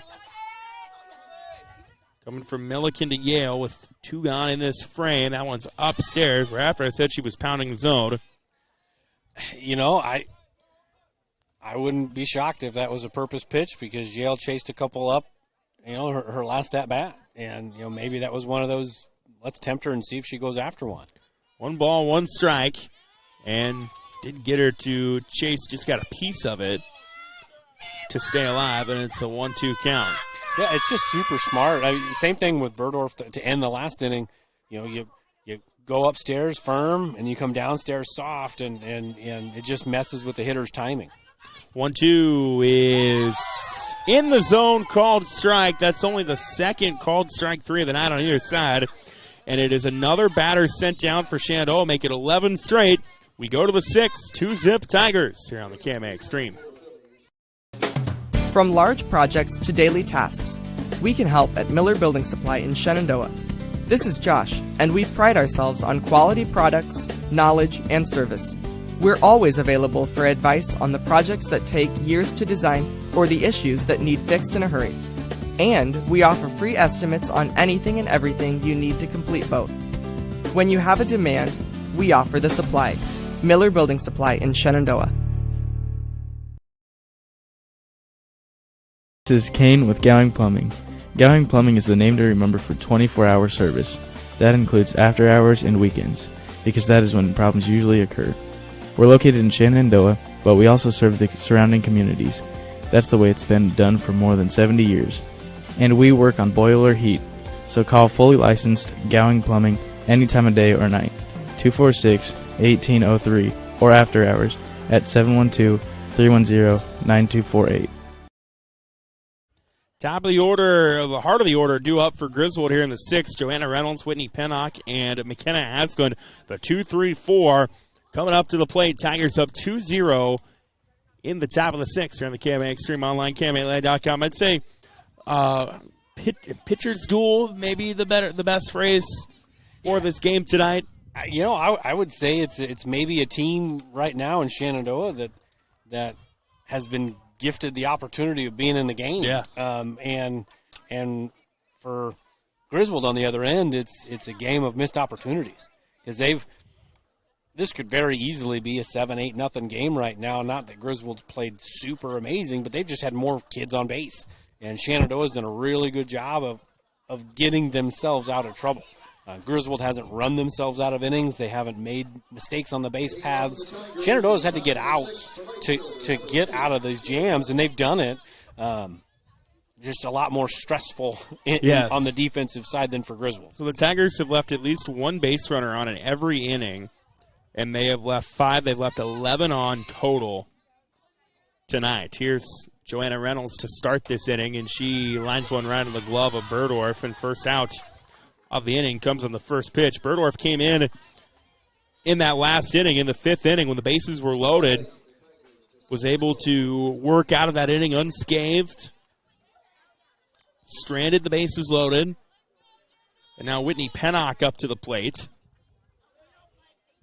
Yeah, Berdorf doesn't throw 1,000 miles an hour, but she does a really good job of changing speeds and keeping the timing of the hitter disrupted a little bit. And I think pounding the zone is super important, especially bases loaded jam with nobody out. Yeah, that was a really, really good job.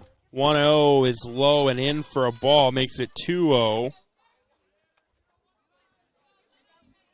Red Oak was up 15-0 on Sydney going to the bottom of the 4th, so that game looking like the Tigers going to get a win, as that is low and in. It's in baseball, by the way, for a ball, makes it 3-0. 15 love, you say? 15 love was the score going to the bottom of the 4th. That was a softball game and It'd be over, yes. 3-0 with one out. It's in there for a strike, makes it 3-1. Berdorf obviously needed that pitch and puts it in the zone. So 3 balls, 1 strike. Glenwood beat Fremont Mills tonight, 12-2. Allison Kuntz had a big game in the circle. 3-1 is low and a ball. Pennock gets on with the 1-out walk. And McKenna Asklund, who has gone single fly-out ground out tonight, or as some might call it, 1 for 3. I like that. That was good.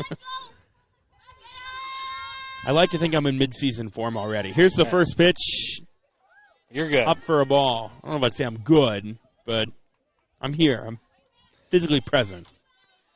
Here, the silky smooth sounds of Trevor Mader for everyone at home. There's the 1-0 on the way from Berdorf to Asklund, and that is fouled along the third baseline.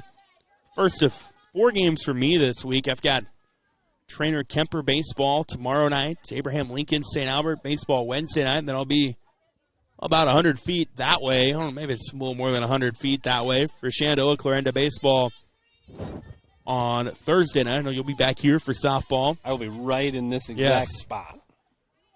So 1-1 coming from Berdorf to Asklund. And Asklund hits that one along third baseline. And the throw to get the runner at second. Was it in time? I haven't seen a ruling yet. They're going to say safe. That's a tough play. Yeah. It's a tough decision because you got to make it as it's coming. You're either going to or you're going to go one. A slower runner going to first, but it's a shorter throw to second. So, yeah, Fouch wanted to go try to get Pennock out at second and almost got her but didn't. That puts Asklund on with the fielder's choice. Pennock safe at second. So runners on first and second with one out. Carly Milliken up to the plate. She's got a single each of the last 2 times she's been up there. If there's one positive to this situation, there's not many positives to 1 out and 2 on, but now you got to force it third. So you get a hot shot to third, you can just step on it and go 3-1 or whatever, but now there's a force at any base. There's the 1-0. Milliken shows bunt, lays it down. Berdorf tracks it down. Throw to first is there. Green almost lost it out of the glove, but held on to it. There's a snow cone there. It was a good play by Berdorf, too, and a good stretch by Green. But, again, this is kind of what we've talked about. It's not that Griswold has run themselves out of innings. Shenandoah's made plays to get out, to keep it close. They've put themselves in a situation where they've had to make plays, but then they have made those plays. Now 2 outs, 2 on. Whose back's going to break? Is it going to be more runners left on, or is it going to be making a play at the plate? Pennock and Ascot at third and second, respectively, with Dakota Reynolds at the dish. He takes that one low for a ball. Reynolds has got a really good on-base percentage right now. How about 2 walks and a single? Still 1,000. If she's hitting 1,000, her OBP is 1,000 as well. That's right. She may as well just stop. Yeah, retire. I'm done. Here's the 1-0. Takes that one in there for a strike, brings it to 1-1. So 1 ball, 1 strike. Of course, Shenandoah will be back at it tomorrow when they take on Lewis Central. Got no easy games this week for Shenandoah. I don't know Griswold's off the top of my head. They've got Shenandoah's schedule. There's no easy games. They've got East Mills tomorrow as that's hard hit. Burdorf gloves it, throws over, and gets out of the inning unscathed. 2 more runners get stranded for Griswold, and it is 2-zip as we go to the bottom of the 6th on the KMX Stream. Heritage Bank is proud to be a locally owned community bank. We have been committed to our community and meeting the financial needs of our customers since 1873. We are confident that our knowledgeable staff can help you make informed decisions about your financial needs no matter how big or small. Let us show you how rewarding a relationship with First Heritage Bank can be. Stop in at one of our 2 locations, or you can find out more information at www.fhbshen.com. First Heritage Bank is a proud supporter of Shenandoah High School athletics. Go Shen, member FDIC. Every inch of your body puts pressure on one place, your feet. So give your feet everything they could ask for by walking in to Brown Shoe Fit Shenandoah. Shoes for every occasion, boots for any situation, and above all, the right fit for you. After all, Brown Shoe Fit has been fitting feet for over 100 years. The only downside, so many shoes to choose from and only 2 feet. Great service, great selection, a great fit every time at Brown Shoe Fit, downtown Shenandoah. It is 2-0 advantage Griswold as we go to the bottom of the 6th on the KMX Stream online, KMAland.com. Trevor Mader, TJ Young with you here tonight. Thanks to our partnership with Forward Digital Solutions. If you're on this page, you're going to hear TJ's voice a lot over the rest of the summer. Sorry, everybody. Yeah. And if you're watching on KMAland.com, I apologize. You're going to hear my voice a lot over the summer as well. As we're going to get into the thick of the baseball, softball season, of course, we talked about right before the break, Shenandoah's got Lewis Central tomorrow. Griswold's got East Mills. Griswold goes game tomorrow. They get Tri-Center on Wednesday, Stanton on Friday. So how about 4 games in the first 5 days for the Tigers? They're jumping in with both feet. Yep. And then next week they'll have Sydney on Tuesday, Boyer Valley on Thursday, Fremont Mills on Friday, and then a tournament on Saturday. So they're staying busy as well. Boyer Valley, the Fighting Jeremy Christensen's. Yes, right? New head football coach up there. First pitch swung on and missed by Abby Dumler, the 8-hitter for the Phillies. Done a nice job at shortstop tonight. Yeah, defensively she's done a really good job. She had a good arm, good glove. Big swing, though. Just going to cut that down a little bit. 0-1 the count. Takes that one outside for a ball. The last 2, 5, 8, 11 Shenandoah batters have gone down. And let's see, 4, 6 of them have been via the strikeout, as Milliken has sent down 7 tonight. The 1-1 is on the outer part of the zone, called strike, 1-2 the count. And she's just been living. So Milliken's doing a really good job of setting people up, kind of the opposite of what you'd expect. You know, they say set them up inside, get them out of the way. She's setting them up outside, and then she's tying them up. Good swing and a clean hit. Shenandoah gets a rare base runner tonight as Abby Dumler finds it into right field. And that is a hit for her. You know, and one great thing about that swing for her is it wasn't one of those big monster swings. No. It was a short, put-it-in-play swing, and it finds the green, and now maybe you can get some action here, a bunt, steal, something to try to get somebody in scoring position. You're at your 9 hitters, so you're in an ideal spot with Stevens at the plate to turn it back to the top of the order. And Stevens swings and misses. 0-1 the count. Of course, with Stevens being primarily a slap hitter, the infield going to play a little bit in for Griswold, particularly on that third base side with Dakota Reynolds. And Stevens, I think, just got a piece of that one back to the fence, makes it 0-2. So that is Shenandoah's first base runner since Kylie Fouch singled with 1 out in the second inning. And that single landed and stayed pretty much right where Milliken is right now. So that's the cleanest hit ball of the night for Shenandoah, and that was by Dumler. Stevens fouls one on strike 2, and it'll say it's strike 2. And that was a swing, so Yes. she's still alive. But super, super important here to get this down to get the runner up. You don't want to waste it out here because then you got to make that decision, do I put the runner in motion? And that's not super a good idea. And that one is uncaught third strike. Wichman down the line. Asplin can't get it cleanly, and they'll move the runner from second to third. So Dumler is at third. Yeah, she's out. The runner at first will be out because first base was occupied. Yes. And they're Yep, talking you're about right. that right now. But Dumler will be at third with 1 out. So you can still play some games here with Rogers, who's now put the ball in play twice. So you got to feel pretty good that she's going to put it in play somewhere. Good chance to get on the board for the first time for Shenandoah. I thought it was kind of weird that Stevens ran down the line to first. I was like, wait a minute, there's a runner on first. Yep. But, I mean, they played through, so. Hey, and that's probably what you should do. Play through, sort it out later. It's kind of like the old the NFL officials, right? Yeah. Just play it out and talk it out later. So runner on third, back to the top of the order for Shenandoah with Caroline Rogers. That goes in the book as a strikeout for Milliken. It's her 8th of the night. First runner Shenandoah's had in scoring position tonight, and Rogers swings and misses to bring it to 1-1 count. Yeah, if you're going to put somebody up to the plate with a runner at third needing to cut this lead, this would be probably one of the 3 or 4 kids for Shenandoah that you'd say, you know what, I'd like my chances with that kid. So for them, hopefully they can put it in play. So the 1-1 to Rogers popped up. Asplin gets it in foul territory. And there are 2 gone. That's a big one. Big out right there. And you kind of knew she was going to put the bat on the ball. Rogers not going to strike out, but just got under it a little bit. Good pitch by Milliken, kind of tied her up a little bit. And now Burdorf, all singles all the time, right? This is where she's going to need to find a hole to get the runner in. Help herself. So 2 gone, runner on third. Jenna Burdorf at the plate. And that one is a strike. Burdorf missed on it. It's an 0-1 count. Abby Dumler got on with a single, and then Cassidy Stevens struck out. It was an uncaught third strike, so Dumler moved to third.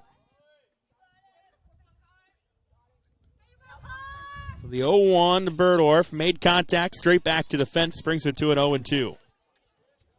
Yeah, if Milliken can get out of this, which this is probably the biggest stress pitch moment for her of the night with Rogers, and she took care of that, and now with Burdorf. But she's definitely in an advantage count. We'll see if Burdorf can make something happen here, 0-2. Here's the 0-2 on the way from Milliken to Burdorf. Pitcher versus pitcher, and it is outside for a ball. I talked to Coach Jody Roselle of Griswold last Thursday, and I asked her about Carly Milliken. She said she's just so cool, calm, and collected for as young as she is. She doesn't really get rattled, and we've kind of seen that tonight. Now that she's been in many positions where she's got rattled, but she throws the ball, she comes right back out, puts one in the zone. Needs a strike here. 1-2 is outside for a ball. The count is at 2-2 with 2 gone. And she's been dynamite all night, but now probably 2 pretty good waste pitches, slap hitters. You want to try to work them, make them extend the zone a little bit.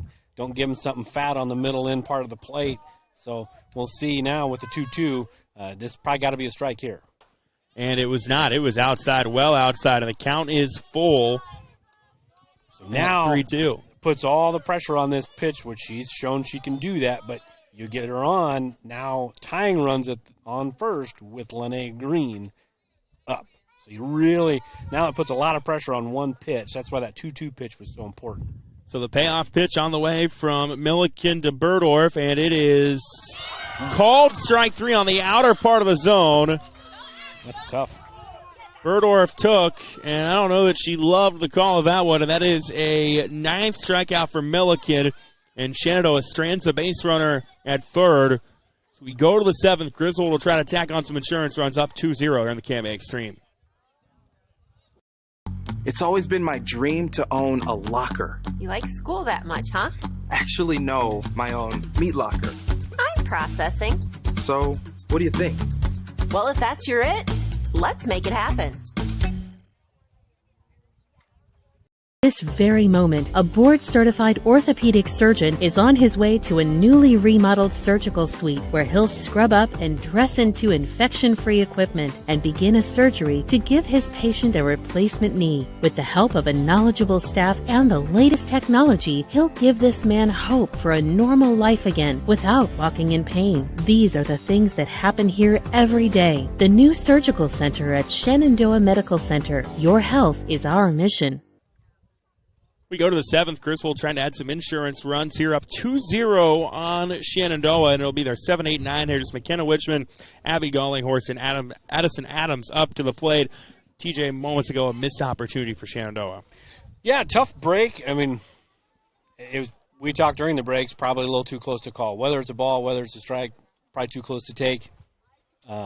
Definitely a tough break. You had the opportunity there, and you kind of backed into it, right? You get Dummler on base, and then you get a third strike pass ball that almost hit the top of the fence, but we swung at it. So Dummler gets to third, kind of by accident. It just kind of happened. You walked into it.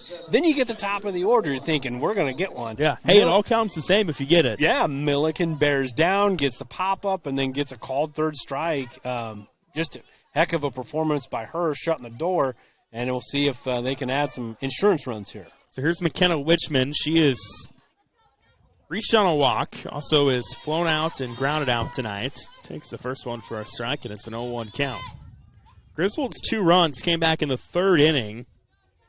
Marissa Asquin doubled. Joanna Reynolds drove her in with an RBI double. And Carly Milliken drove in Reynolds with a single, and that one is a ball to bring it to a 1-1 count. Griswold has stranded 13 runners tonight, at least 2 in every inning except the 2nd. They left the bases loaded in the 4th and 5th innings. That's unreal. Yeah, it's crazy. Well, and to be winning also. I mean, that just kind of gives you that, goes to show you how well Milliken has pitched on the other side. 1-2 the count now after the called strike. Yeah, if you're Shenandoah, if this result stands, you're going to look back and go, hey, we gave up, we put a lot of runners on base. As the 1-2 is ripped to right, and tracking it nicely and making the snag is Caroline Rogers. There's one gone. If this result stands, if you're Coach Berdorf and company, the positive is going to be, hey, we put a lot of runners on, but our defense made plays and they needed to. We kept it close. We had a chance going into the 7th, assuming this doesn't get out of hand here. If you're Griswold, you're going to look at everyone and go, we left 13, 14, however many runners on it is, but we know we had a good night from Carly in the circle. So obviously going to be some give and take from both teams after tonight. First pitch to Gallinghorst is in there for a strike. I think this is kind of how both of these teams are. Shenandoah is going to be a pitching defense team. They're hoping that their bats come along. Griswold's going to be a team that will hit it a little more, but they've always had the pitching, right? We haven't had to see the defense tonight because Shenandoah hasn't really put it in play much. That's a credit to that pitching. I think this is kind of how these teams are right now, and they're both just kind of hoping they continue to trend in that positive direction as the season moves along. 0-2 to Gallinghorst, misses low, and it's a ball to bring it to a 1-2 count. So 1 ball, 2 strikes. Somebody moving to 1-0, the other one falling to 0-1 after tonight. And truthfully, both of these teams, Griswold's a little older than Shenandoah. Shenandoah doesn't even have a senior on the team. Yeah. So, all of this is going to be just kind of progressing forward. Gallinghorst chases one, and it's a swinging strike. Berdorf gets a strikeout, and it's 2 gone. And Addison Adams, the 9-hitter, will come on for Griswold. Got critical out here. She's shown that she'll put it in play. She's 1 for 3. She's hit it a couple of times. But you don't want to roll the lineup over. No. If you want a chance, 2-0's where you want it to be. Slow roller. Green gets to it and will step on the bag. Shabam came over to cover but didn't need to. And it's a clean frame for Shenandoah defensively. They'll try to keep this game going in the bottom of the 7th here on the KMA Extreme.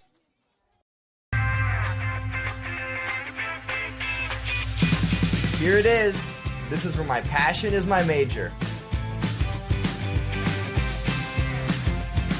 With more than 80 areas of study, dozens of clubs and activities to choose from, and advisors who ask the right questions and offer support, it's easy to be you at Iowa Western.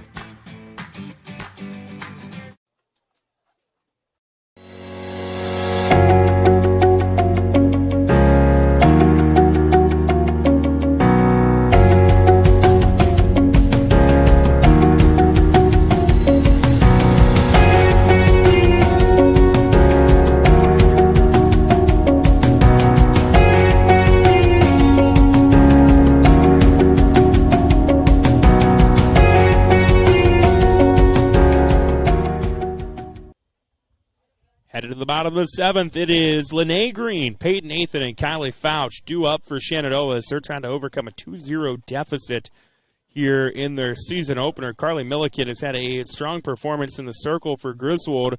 Shenandoah hasn't been able to get a lot going offensively tonight. If they're going to, at the very least, extend this game, they're going to have to find a way to do something they haven't been able to do through the first 6 innings.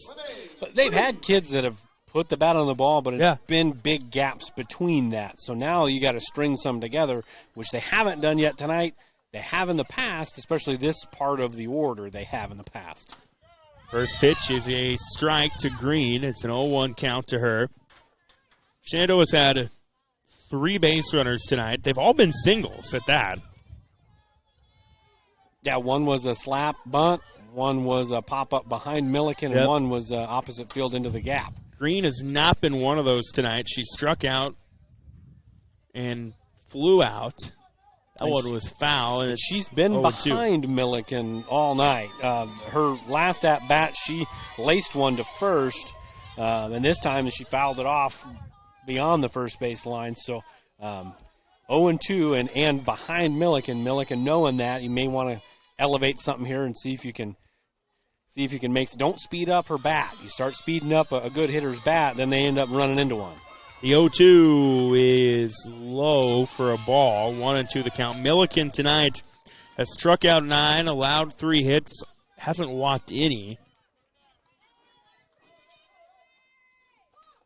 And is in line for the shutout at the moment.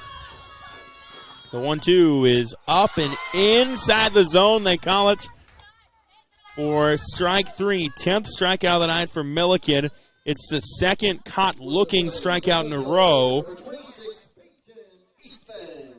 She's just Bob Ross in it right now. I mean, she's just I'm dating myself with that. But she's just getting her paintbrush out, and she's just painting the corners right now. Here's Athan, 0 for 2 tonight, a couple of ground outs. 6 of the 9 Shenandoah batters, check that, only 5 actually have struck out. Athan is not one of them. Athan, Fouch, Rogers. So 6 of the 9 have struck out at some point tonight. So there's a strike to make it 1-1.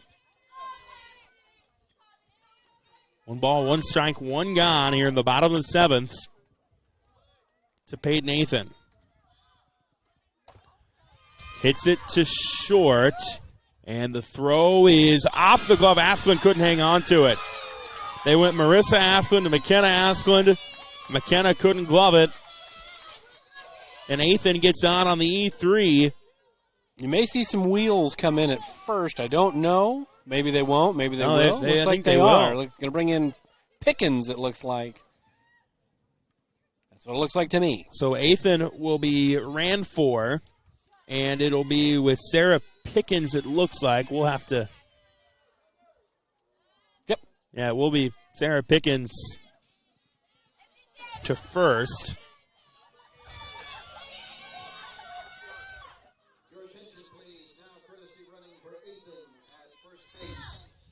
So a runner on first, one gone. Kylie Fouch, who does have a single to her name tonight, up to the plate. It kind of goes back to what we've kind of talked about all night. Put the ball in play. You know, good things happen. It's hard to do things when you strike out. That one is up for a ball, and you know with the runner on, Wichman's going to come up ready to throw on every pitch. So veteran catcher, 8th grader, making her first varsity appearance at first. You just don't want to get too aggressive over there. Here's the 1-0. Lower part of the zone. That's a 1-1. So 1 ball, 1 strike to Fouch. Here in the bottom of the 7th. Griswold up 2-0. Put on a couple runs early and then have held on since then. The 1-1 upstairs. But it might have been stopped before. Yeah, there was no pitch. The umpire called time. He's having a conversation with Fouch and Coach Berdorf.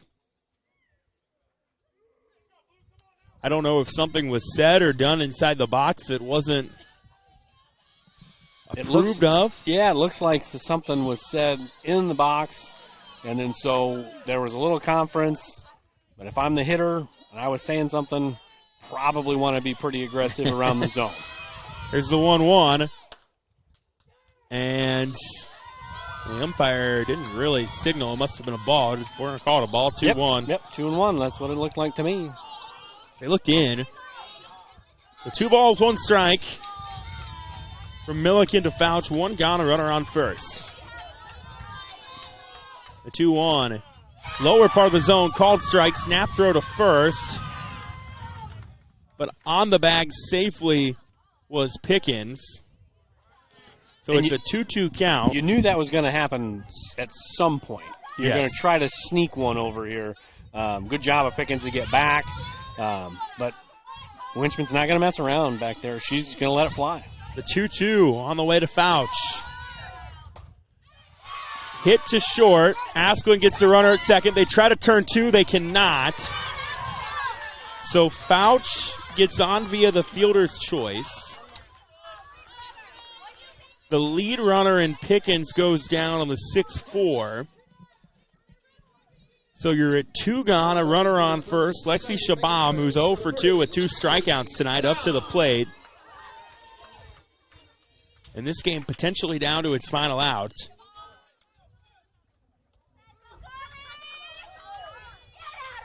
Milliken trying to get the complete game shutout.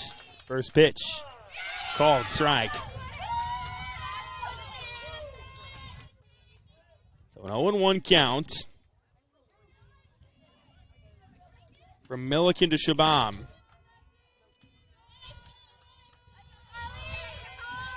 And the 0-1 up and in, called ball, 1-1 the count.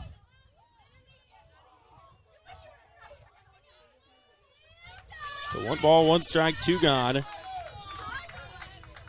Kylie Fouch, the runner at first.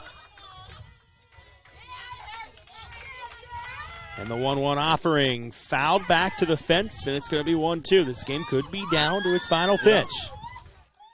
And Milliken started it. She's trying to finish it here, and Shabam, you don't want the sombrero. You don't want the old golden sombrero here. That's what when you get 3 strikeouts and you go for 3 with 3, you don't want that. No, you do not. It's not good. Here's the 1-2 on the way. And it is outside, called ball. 2-2 the count. Isn't that what they call it? I think that's what they call it. I mean, in hockey, that's a hat trick, 3 goals, but that's a good thing. So the sombrero is not. They're looking with 10 strikeouts tonight. An 11th would give her team the win. Here's the 2-2. On the way, swung on and missed, and this one will go in the books as a 2-0 Griswold victory. Carly Milliken strikes out 11, and despite stranding 13 runners on, Griswold opens the season with the win. TJ Young, your thoughts? Yeah, I was just really impressive what Milliken was able to do. Shenandoah did a really good job of minimizing damage, making it a competitive ball game, and it was a game that I'd kind of maybe like to see midway through the season. You know, just see the two teams play again and see if there's, you know, what kind of growth development, you know, the two teams have. The offense for Shenandoah and maybe that finishing ability for Griswold, because those are the two things that I'm sure both teams would say they want. Hey, we got to get hits if you're Shenandoah. We can't score if we don't get on base. And if you're Griswold, hey, we can't leave runners out there. Like, we got to get better at that as the season goes on. So positives to take away for both sides, but also things they can work on with a busy week for both teams and busy season coming up here. And it all happens pretty fast. So Milliken, 11 strikeouts, 3 hits, didn't walk any tonight. Yeah, solid. Really, really solid performance. For Griswold now 1-0 on the year. They turn around, they get East Mills tomorrow. Shenandoah drops to 0-1. They get Lewis Central tomorrow. TJ, when is the next time somebody can tune in to hear your dulcet tones? I don't know about that. They can hear me and Jay Soderberg tomorrow right here at Bob Lucky Fulton Field, and for the varsity softball game, and it'll be a 7:30 start, same as tonight. And they'll be hearing me Thursday opposite you. Yep. They can flip back and forth. Maybe one game's going to be better than the other, or maybe not. I don't know. Watch us both. Yeah, watch us both, or maybe watch one, listen to the other. You can do go. whatever. But we got a lot of coverage coming. Of course, I've got Trainer Kemper tomorrow, AL St. Albert Wednesday, and then I'll be right over there for Shan Clarendon Baseball on Thursday. Full rundown from tonight's game will be available online later on KMAland.com. You've been listening to High School Softball on the KMA video stream. Thanks to our partnership with Forward Digital Solutions. Thanks for listening or watching. For TJ Young, I'm Trevor Mader. Have a great rest of your night.